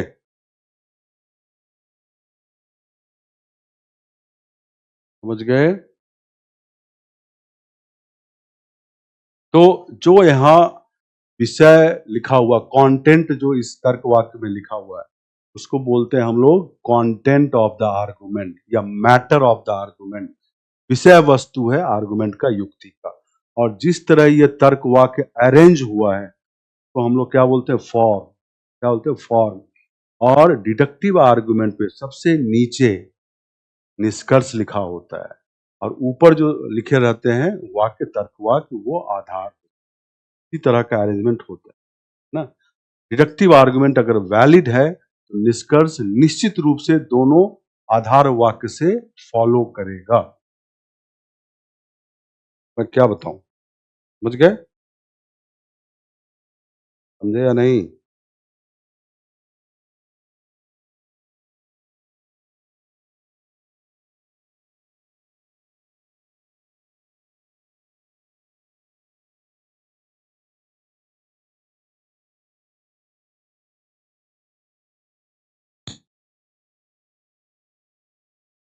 अब दूसरा एक एग्जाम्पल देता हूं। एग्जाम्पल 2, आधार वाक्य लिख रहे हैं, ऑल डॉग्स आर ब्लैक। सभी कुत्ते काले हैं। All cats are black. सभी बिल्लियां काली है। And therefore all dogs are cats. Therefore all dogs are cats. ठीक है। तो हमने, अरे ये जो मैं लिख रहा हूं ये तुम्हें पीडीएफ में मिलेगा, तुम्हारे वीडियो के राइट हैंड साइड में नीचे रहेगा। नोट्स बनाने की कोई जरूरत नहीं है। तो कुछ इंपॉर्टेंट पॉइंट अगर बोलता हूँ तो वो लिख लिया करो, ये मिलेगा तुमको, मिलेगा, ठीक है। जो मैं लिख रहा हूँ वो सब मिलेगा तुमको, पीडीएफ मिलेगा। वीडियो जो होगा उसके राइट हैंड साइड में नीचे आइकन होगा, पीडीएफ दबाओगे मिल जाएगा जो मैं लिख रहा हूँ। नोट्स में जो एक्स्ट्रा बातें कुछ बोल देता हूँ, तुम्हें लगता हो कि ये लिख लेना चाहिए, वो लिख लो खुद से। बाकी जो मैं लिख रहा हूँ तो मिलना ही मिलना है। अब बताओ, ये दोनों क्या है? आधार वाक्य है। आधार वाक्य मतलब प्रेमाइसिस। और ये क्या है? निष्कर्ष। ये क्या है? कंक्लूजन, निष्कर्ष। ये क्या है? निष्कर्ष। अब मैं बताऊं तुम्हें, ये जो लिखा हुआ है ये डिडक्टिव रीजनिंग तो है बट इनवैलिड है। क्या है? इनवैलिड, मतलब अवैध है। अवैध, ये क्या है? अवैध युक्ति है। क्यों अवैध युक्ति है? कि आधार वाक्य को तो सत्य मानना है, या कुछ भी लिखा हो आधार वाक्य को सत्य मानना है, बट इसके बेसिस पे ये निष्कर्ष हम नेसेसरीली फॉलो नहीं करता। यहाँ लिखा है सभी कुत्ते काले हैं और सभी क्या बोलते हैं, बिल्लियां काली है, इसीलिए सभी कुत्ते काले होंगे, ये जरूरी नहीं है। नहीं, ये जरूरी नहीं है। ठीक है, तो ये कैसे है इनवैलिड, ये हम बाद में बात करेंगे, ये समझो। तो ये भी युक्ति है, आधार वाक्य को हम सत्य मानेंगे, ये सत्य है। आधार वाक्य हमेशा सत्य होता है डिडक्टिव रीजनिंग में, उसी के बेसिस पे निष्कर्ष लिखा हुआ है। लेकिन ये इनवैलिड है, अवैध युक्ति है। डिडक्शन तो है, बट निष्कर्ष नेसेसरीली इन दोनों से फॉलो नहीं करता। Invalid argument. तो डिडक्टिव रीजनिंग समझ में, डिडक्टिव रीजनिंग में निष्कर्ष अनिवार्य रूप से आधार वाक्य से फॉलो करना चाहिए, आधार वाक्य से निकलना चाहिए, ऐसे समझो तुम। ओके, ऐसे समझो तुम। क्लियर है? अब हम थोड़ा तुम्हें इंडक्शन के लिए मैं बता रहा हूं, इंडक्शन, इंडक्टिव रीजनिंग क्या होता है। मेनली हमको डिडक्टिव रीजनिंग से क्वेश्चन आता है, तो मैं बता रहा हूँ इंडक्शन क्या होता है, इंडक्टिव रीजनिंग क्या होता है, या इंडक्शन क्या होता है। इंडक्टिव रीजनिंग या इंडक्शन बोल लो, या आगमनात्मक तर्क क्या क्या होता है, आगमन क्या होता है, आगमनात्मक तर्क क्या होता है। तो आगे हम बता रहे हैं। अच्छा, ये समझ गया ना, किसी भी आर्गुमेंट का फॉर्म होता है, मैटर होता है। ठीक है,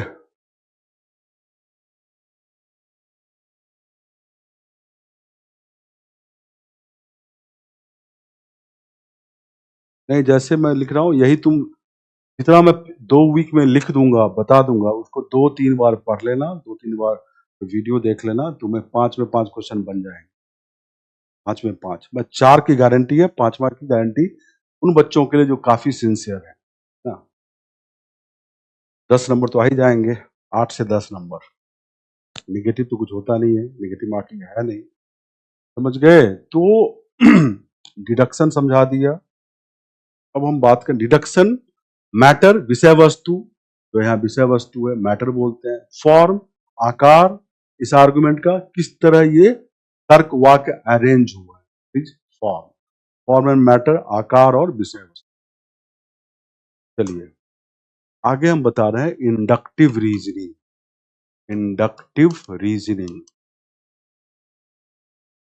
inductive reasoning. Okay, inductive reasoning या इंडक्शन, या इंडक्शन हिंदी में आगमनात्मक तर्क, आगमनात्मक तर्क या आगमन। ठीक है, या आगमन। अब ये क्या है? अच्छा, डिडक्शन में मैं यहां नोट लिख देता हूं,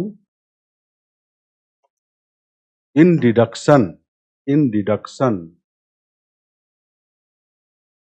form is important, form is important, not matter, not matter. तो विषय वस्तु इंपॉर्टेंट नहीं है, किस तरह तर्क वर्क का अरेंजमेंट है वो इंपॉर्टेंट है। इसमें डिडक्शन में निगमनात्मक युक्ति में। ठीक है, अब इंडक्टिव रीजनिंग की बात करो, इंडक्शन आगमनात्मक तर्क क्या होता है। एक एग्जाम्पल जो समझो, यहां भी आधार वाक्य होगा, यहां भी निष्कर्ष होगा। इंडक्टिव रीजनिंग में भी आधार वाक्य होगा और यहां भी निष्कर्ष होगा, है ना। और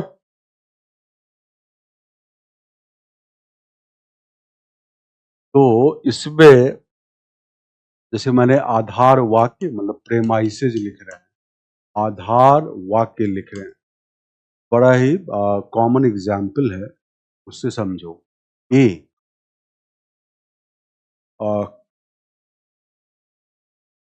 क्रो एक्स इज ब्लैक, मतलब एक्स कौवा काला है, हिंदी है एक्स कौवा काला है।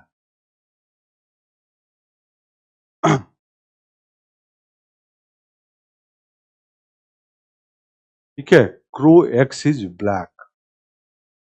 बी आधार वाक्य सब है, क्रो वाई इज ब्लैक।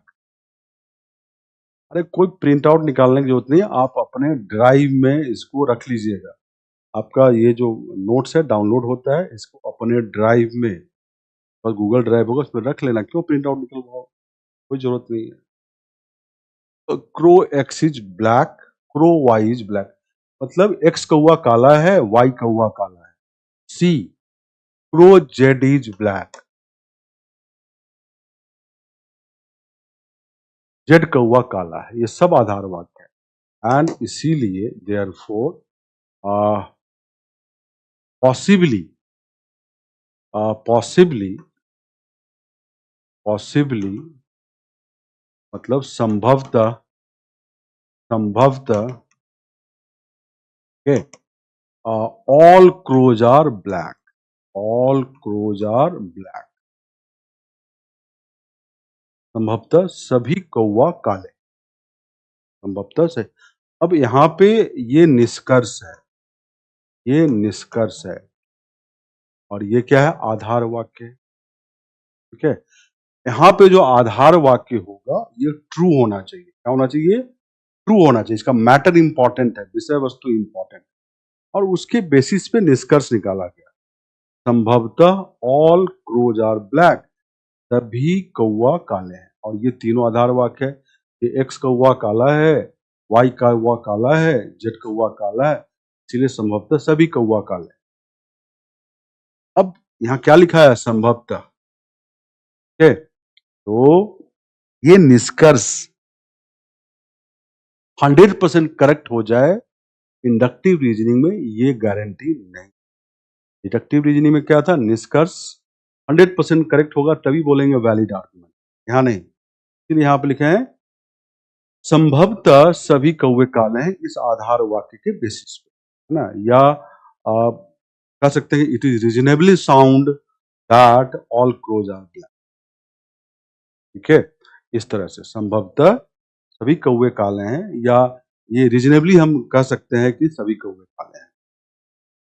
तो ये जरूरी नहीं है कि 100% करेक्ट हो निष्कर्ष इन आधार के बेसिस पे, लेकिन यहाँ प्रोबेबिलिटी लगा रहता है, संभवतः। ठीक है, अब ये जो निष्कर्ष है इसका डिग्री हो सकता है। डिग्री मतलब सही होने का चांस ज्यादा हो सकता है, कम हो सकता है, या एवरेज सही होने का हो सकता है, ये इंडक्टिव ना। तो जैसे ये चीजें कहाँ यूज होता है? अगर आप साइंस के बच्चे हैं तो आप जो एक्सपेरिमेंट करते हो लैब में,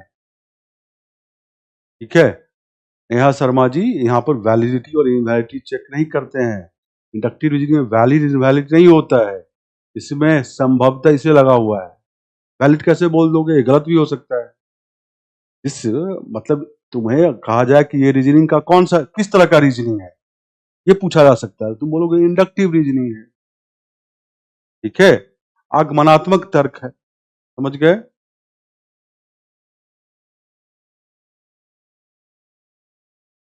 समझ गए? Soni Kumari example 2 deductive argument लिखने की कोशिश की गई है, बट अवैध है, वैलिड नहीं है। ठीक है, समझ गए? तो इंडक्टिव रीजनिंग में पर्टिकुलर केस से जनरल केस की ओर जाते हैं, पर्टिकुलर केस से जनरल केस की ओर। जो साइंटिफिक, जो साइंटिस्ट होता है वो इंडक्टिव रीजनिंग लगाता है, आगमनात्मक तर्क लगाता है। जो साइंटिस्ट क्या लगाता है? Inductive reasoning. वो एक्सपेरिमेंट करेगा, एक बार, दो बार, तीन बार, चार बार, पांच बार, डिफरेंट कंडीशन में या आइडियलाइज कंडीशन में ऑब्जर्व करेगा। उसके बाद 5-10 बार वो जब एक्सपेरिमेंट करेगा, उसके बाद एक निष्कर्ष निकालेगा कि संभवतः ये सही है। तो एक्सपेरिमेंटल साइंस में इंडक्टिव रीजनिंग लगता है, इंडक्टिव रीजनिंग लगता है। ठीक है, और गणित में, गणित में, गणित में तुम्हें चीजें दी रहती है, गिवन ये है और ये प्रूव करो। तो गणित में क्या लगता है? Deductive reasoning. क्या लगता है गणित जैसे सब्जेक्ट में? तो डिडक्टिव रीजनिंग, निगमनात्मक तर्क गणित में लगता है, क्योंकि निष्कर्ष वैलिड या इनवैलिड हो सकता है। बट साइंस में, साइंस में, एक्सपेरिमेंटल साइंस में, जहां पर प्रयोग से हम जानते हैं, ऑब्जर्व करके जानते हैं या एक्सपेरिमेंट करके जानते हैं, वहां जो हम लगाते हैं, निष्कर्ष निकालते हैं, तो संभावना होता है, प्रोबेबिलिटी होता है, पॉसिबिलिटी। समझ गए? ठीक है, देवरानी जायसवाल, एक क्लास में डिसाइड मत करो, मुश्किल है ये टॉपिक, तुम्हारे लिए नया है ये टॉपिक। आप 2 वीक पढ़िए और 2 बार पढ़िए, 3 बार पढ़िए, समझ में आ जाएगा, ठीक है? कोई चीज़ एकदम इंडक्टिव रीजनिंग में हमेशा पॉसिबिलिटी रहता है, संभावना रहता है। इंडक्टिव रीजनिंग का निष्कर्ष ही संभावित निष्कर्ष होता है। अब कोई संभावित है, उसका सही होने का चांस ज़्यादा हो सकता है, कम हो सकता है, बीच में हो सकता है, ऐसे।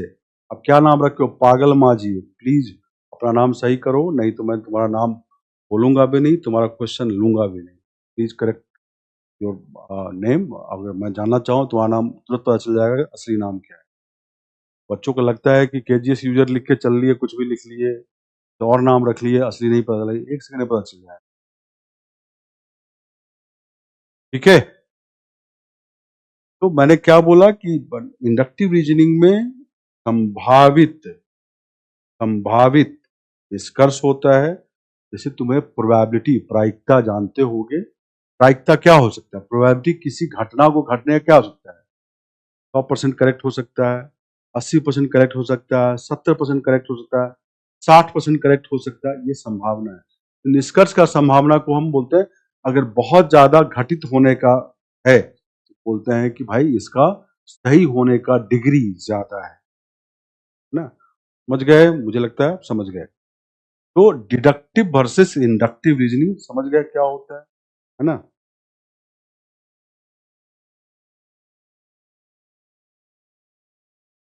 पागल माँ जी तुम्हारा रियल नाम है, किसको बता रहे हो? पागल माँ जी किसी का नाम हो सकता है? क्या बोल रहे हो? या तो खुद को पागल बना रहे हो या सामने को पागल बना रहे हो। मैंने तो नहीं सुना पागल माँ जी का नाम होता है। कोई बात नहीं, तुम्हारा नाम तो 1 सेकंड में पता चल जाएगा। पागल माँ जी नाम मेरा है असली। बोल रहा है रियल नाम पागल माँ जी है। क्या बोला जाए इसको? कौन रखा है ऐसा नाम तुम्हारा?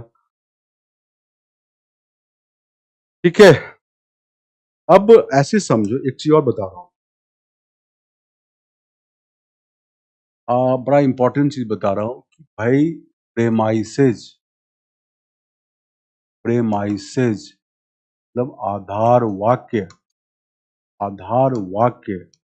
और कंक्लूजन, आधार वाक्य और कंक्लूजन, निष्कर्ष में जो रिलेशन होता है, संबंध होता है, इट कुड बी निगमनात्मक या आगमनात्मक। इट कुड बी रिलेशन, क्या हो सकता है? डिडक्टिव,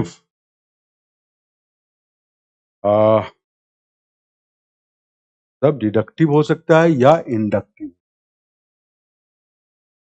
मतलब निगमनात्मक हो सकता है या आगमनात्मक हो सकता है। निगमनात्मक या आगमनात्मक हो सकता है, आगमनात्मक हो।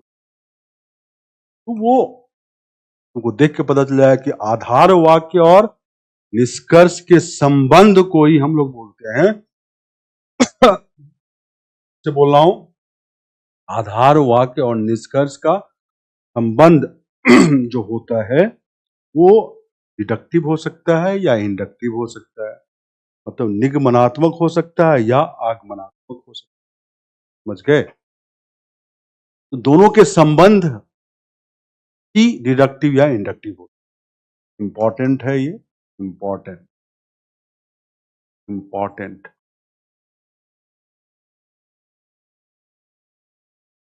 इंपॉर्टेंट है। समझ गए? अब जैसे यहाँ वर्डिंग देख के लग रहा है कि भैया निगमनात्मक संबंध है, आधार वाक्य निष्कर्ष, और यहाँ पे वर्डिंग देख के लग रहा है, जैसे लिखा हुआ है कि भैया ये क्या है? निगमनात्मक है, डिडक्टिव संबंध है आधार वाक्य और निष्कर्ष के। ठीक है? क्लियर है?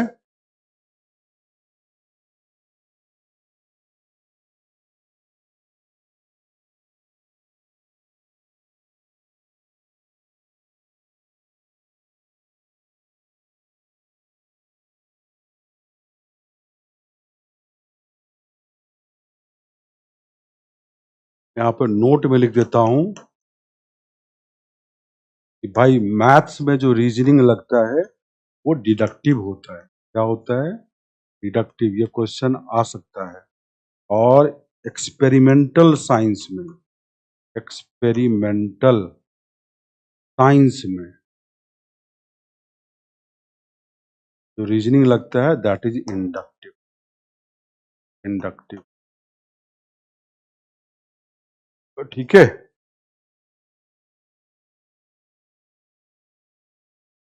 अरे इसमें समझने वाली बात क्या है? आधार वाक्य और निष्कर्ष में दो ही तरह का संबंध होता है।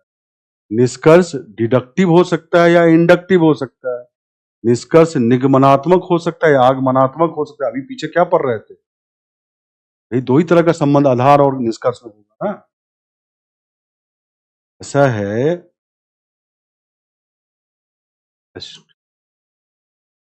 यहाँ पर जो आधार वाक्य लिखते हो ए बी सी, ये सब आधार वाक्य है। ये क्या है? आधार वाक्य है। ठीक है। और इससे निष्कर्ष निकला, मान लो डी। क्या निकला? डी। क्या निष्कर्ष निकला? डी। अब ये डी जो निष्कर्ष है कैसे निकला? तो निष्कर्ष इंडक्शन से भी हो सकता है या इंडक्शन से भी हो सकता है या डिडक्शन से हो सकता है। यही तो बोल रहा हूं कि आधार वाक्य के बेसिस पे जो निष्कर्ष निकाल रहे हैं, दोनों में आधार वाक्य का बेसिस है, लेकिन जो निष्कर्ष निकाल रहे हो वो निष्कर्ष कैसे निकल रहा है? डिडक्शन वाला या इंडक्शन वाला?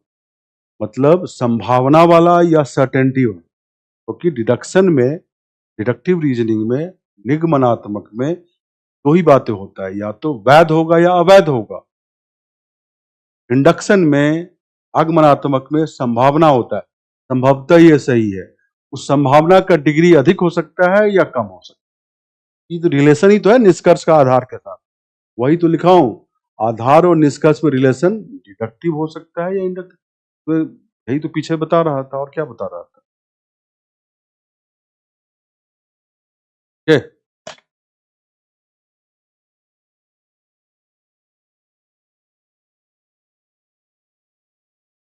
क्लियर है?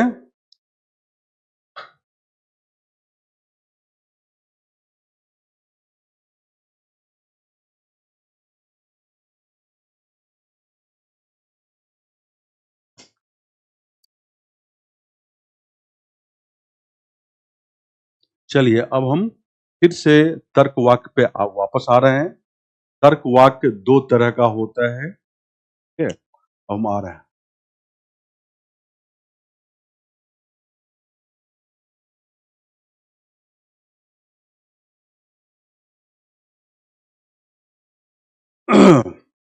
चलिए सबसे पहले समझो, प्रोपोजिशन। प्रोपोजिशन का हम वर्गीकरण कर रहे हैं। प्रोपोजिशन तर्क वाक्य। तर्क वाक्य क्या होता है पता है तुम्हें? सबसे पहला जो वर्गीकरण है ये दो तरह का होता है। कैटेगोरिकल, अंग्रेजी में बोलते हैं कैटेगोरिकल, और कंपाउंड। क्या? कंपाउंड। कैटेगोरिकल तर्क वाक्य मतलब इसका हिंदी होता है निरपेक्ष। निरपेक्ष तर्क वाक्य। और कंपाउंड मिश्र।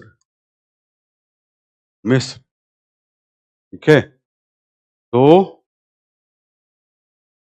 दो तरह का होता है ना, कि तर्क वाक्य जो है निरपेक्ष है या कंपाउंड। मिश्र मतलब मिश्रित भी लिख सकते हो, मिश्रित भी बोल सकते हो, मिश्रित, है ना। मिश्रित या मिश्र, तो भी बोलना है। तो दो तरह का होता है, कैटेगोरिकल या कंपाउंड। अभी हम जानेंगे सबसे पहले कैटेगोरिकल जो होता है वो क्या होता है और कंपाउंड क्या होता है। तो हम बात कर रहे हैं कैटेगोरिकल के बारे में। Categorical, categorical proposition. निरपेक्ष तर्क वाक्य। इसका जो कैटेगोरिकल क्या होगा? Relation between two category, two categories या क्लासेज, ठीक है। दो कैटेगरी के बीच में संबंध बताता है कैटेगोरिकल प्रॉपर्टी।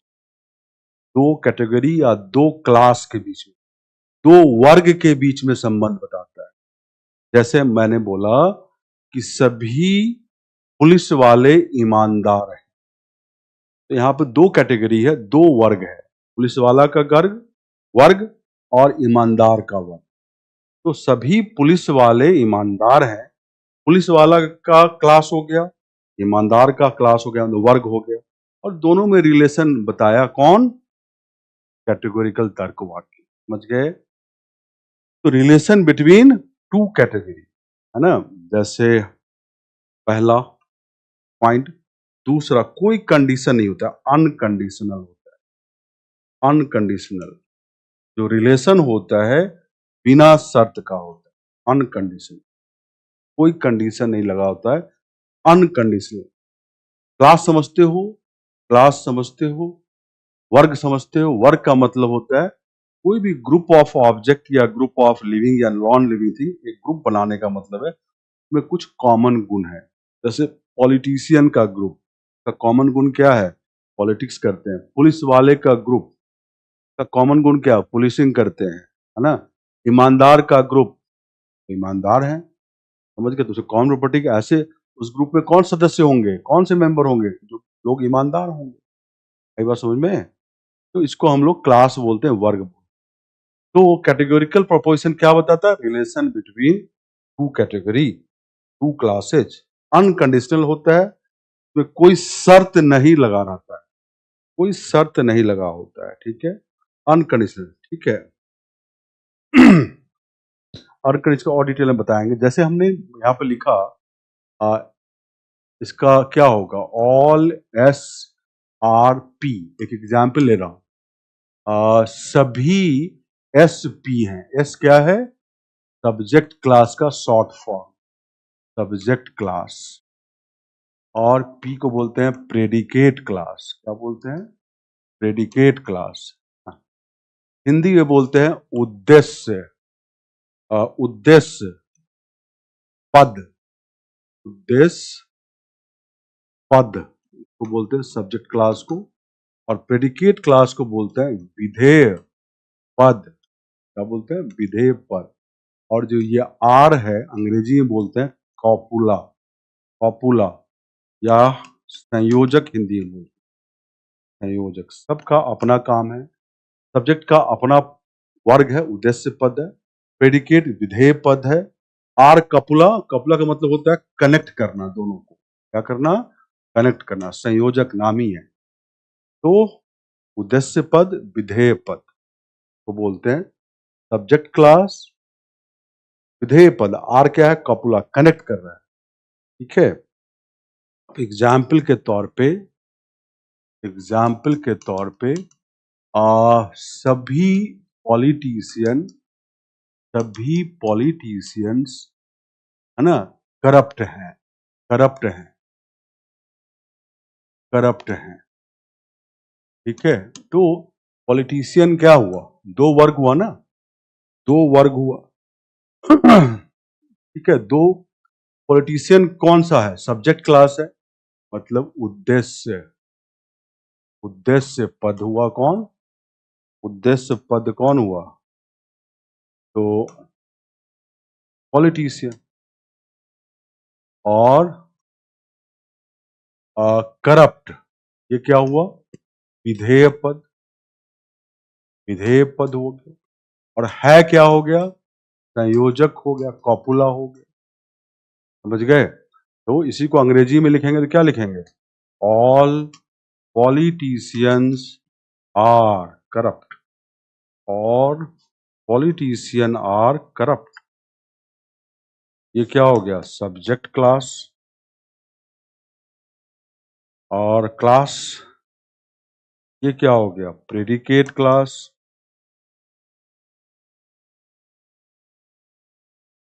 ठीक है। आर क्या हो गया? कॉपुला, कनेक्ट कर रहा है दोनों क्लास को। आर क्या हो गया? कॉपुला।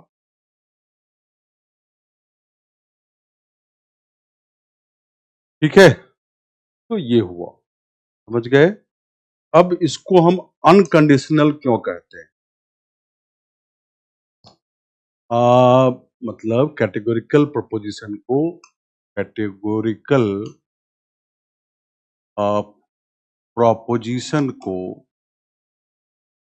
प्रोपोजिशन को हम क्यों अनकंडीशनल क्यों अनकंडीशनल अनकंडीशनल क्यों बोलते हैं? मतलब निरपेक्ष तर्क को अनकंडीशनल क्यों बोलते हैं? कोई कंडीशन है, कोई शर्त नहीं है, शर्त के बिना, ठीक है, कोई शर्त नहीं है, शर्त नहीं है। इसमें इसका रीजन है जो प्रेडिकेट क्लास होता है, मतलब विधेय पद, विधेय पद मतलब प्रेडिकेट क्लास, प्रेडिकेट क्लास या तो उद्देश्य पद को, उद्देश्य पद को, उद्देश्य पद मतलब सब्जेक्ट क्लास को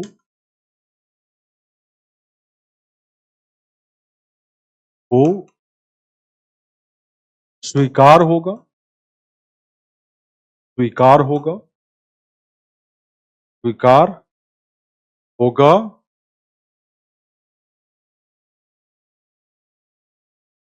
होगा विधेय पद या तो उद्देश्य पद को स्वीकार होगा, या कह सकते हो विधेय पद उद्देश्य पद को सौंप सकते हैं या नकार सकते हैं। तो लिखते हैं सौंप सकते हैं या नकार सकते हैं, सौंप सकते हैं या नकार सकते हैं, इसीलिए अनकंडीशनल बोलते हैं, नकार सकते हैं। जिनको अंग्रेजी में लिखना है, मैं इसका एग्जाम्पल देता हूँ, फिर एक क्लास खत्म करूंगा, ठीक है। तो आप मत कहना कि टाइम हो गया सर। विधेय पद या तो उद्देश्य पद को सौंप सकते हैं या नकार सकते हैं, ठीक है।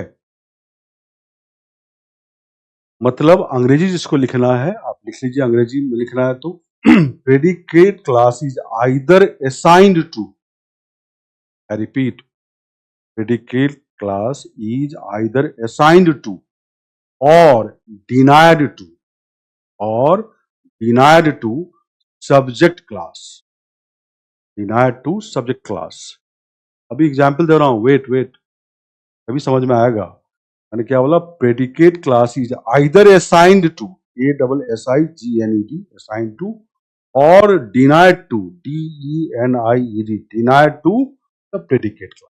दो में से कोई एक होगा, या तो स्वीकार होगा प्रेडिकेट क्लास सब्जेक्ट क्लास को, या स्वीकार नहीं होगा उद्देश्य क्लास को।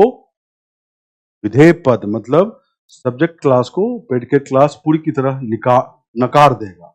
जैसे मैंने यहां बोला सभी पॉलिटिशियन करप्ट है, यहाँ जो तुम्हारा विधेय वाला है ये करप्ट वाला पूरा का पूरा पॉलिटिशियन क्लास को क्या है? स्वीकार है। क्या है? स्वीकार है। मतलब predicate class is, corrupt class is assigned to politician class. Predicate class को हमने पॉलिटिशियन क्लास को सौंप दी, ठीक है, सौंप दी। अब अगर हम लिख दें यहाँ पे एग्जाम्पल दूसरा, देखो एग्जाम्पल दूसरा, no politician, no politician is honest, no politician is honest. मतलब कोई पॉलिटिशियन, कोई पॉलिटिशियन ऑनेस्ट नहीं है, नहीं है, ईमानदार नहीं है। कोई पॉलिटिशियन ईमानदार नहीं है। यहाँ पे ये हमारा प्रेडिकेट क्लास है, ये हमारा सब्जेक्ट क्लास है, मतलब ये विधेय पद है, ये उद्देश्य पद। यहाँ पर विधेय पद को पूरी तरह पॉलिटिशियन क्लास के साथ क्या हो गया? नकार दिया, कोई रिलेशन नहीं है। अब देखो तुम्हारा, जैसे इसका अगर वेन डायग्राम बनाओ, वेन डायग्राम, यहाँ पर और सभी पॉलिटिशियन करप्ट हैं, ये पॉलिटिशियन है, करप्ट है। तो करप्ट का जो क्लास है वो सौंप दिए हैं किसको? प्रेडिकेट क्लास, असाइन कर दिए। ठीक है ये। और यहां पे देखो पॉलिटिशियन का क्लास और ऑनेस्ट का क्लास, ये पूरी की पूरी नकार रहा है किसको? Politician class. ऑनेस्ट क्लास पूरी की पूरी नकार रहा है किसको? पॉलिटिशियन। दो ही बातें होगा, या तो नकार देगा या असाइंड हो जाएगा। इसीलिए बोलते हैं अनकंडीशनल, या पूरा ही नकार देगा या क्या हो जाएगा यहाँ पे? असाइन कर देगा, मतलब स्वीकार होगा पॉलिटिशियन। यही लिखा है और कुछ नहीं लिखा है। अब समझो, ये उम्मीद है समझ गए।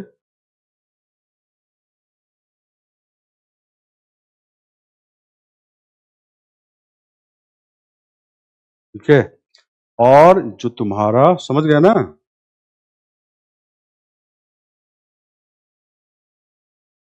ये तो कैटेगोरिकल का बताया। कंपाउंड प्रोपोजिशन, मिश्रित, कंपाउंड प्रोपोजिशन, मिश्रित तर्कवाक्य, कंपाउंड प्रोपोजिशन मिश्रित तर्कवाक्य। ये क्या होता है? कंडीशनल होता है। कंडीशनल होता है, क्या होता है? शर्त होता है इसमें। जैसे एग्जाम्पल था तुम्हारा, if it rains, if it rains then we will not go to picnic, will not go to picnic. अब यहां पर कंडीशन लगा हुआ है। क्या लगा हुआ है? अगर, अगर बारिश होगी तो हम लोग पिकनिक नहीं जाएंगे। यानी शर्त लगा हुआ है। ठीक है। दूसरा एग्जाम्पल, आइदर यू रीड और, आइदर यू रीड और वॉक, या तो तुम पढ़ो और नहीं तो टहलो। आइदर यू रीड और वॉक। ठीक है, या तो तुम पढ़ो या टहलो। ये कंडीशनल है, ये कंडीशनल है। ये सब किस में आएगा? कंपाउंड प्रोपोजिशन, मिश्रित तर्कवाक्य। क्या है? मिश्रित तर्कवाक्य। ठीक है, मुझे उम्मीद है जो मैं पढ़ाया आपको 70-80% समझ में आ गया। मैं 100% की बात नहीं कर रहा। जिसको इससे कम समझ में आया दोबारा वीडियो देखिए और पीडीएफ पढ़ के आइए कल। ठीक है, पीडीएफ पढ़ के आइएगा कल। मत बोलिएगा सर ये डिडक्टिव रीजनिंग क्या होता है, इंडक्टिव रीजनिंग क्या होता है, आर्गुमेंट क्या होता है, तर्कवाक्य क्या होता है, सत्ता असत्ता, ये सब मैं नहीं सुनना चाहूंगा। पूछोगे मुझसे दोबारा तो मुझे इरिटेट करो। आप पीडीएफ रिवाइज करके आइएगा, जहां नहीं समझ में आए वीडियो दोबारा देख के आइएगा। ठीक है, तभी आपको चीजें समझ में आएगी। और नहीं तो मेरे पास कोई दवा नहीं है जो दूंगा खाओ और तुमको लॉजिक। ये थोड़ा सा टेक्निकल है। अब मैं नहीं कह रहा हूँ कि बहुत आसान सब्जेक्ट है, थोड़ा टेक्निकल है। इसीलिए तो मैं आया हूँ पढ़ाने, इसीलिए मैं आया हूँ इस सब्जेक्ट को पढ़ाने के लिए। ठीक है, अब मैं फिर से बोल रहा हूँ, जो रिकॉर्डिंग देखेगा बच्चा वो रिकॉर्डिंग पूरा, ठीक है, देख के आए। तो कम थोड़ा समझ में आया दोबारा रिकॉर्डिंग देखिए, अगर आपके लिए नया सब्जेक्ट है तो। और पीडीएफ दोबारा पढ़ के आए। अरे इसका पीडीएफ मिलेगा, प्रिंटेबल तो रहता ही है, एकदम प्रिंटेबल रहता है, क्यों नहीं रहता है। चलिए थैंक यू, कल मिलेंगे। दोबारा ये चीज मत नहीं पूछोगे, तुम लोग पढ़ के आओगे।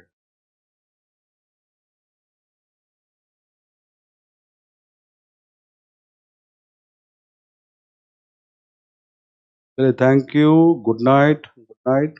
चलिए thank you, thank you, thank you, good night, good night.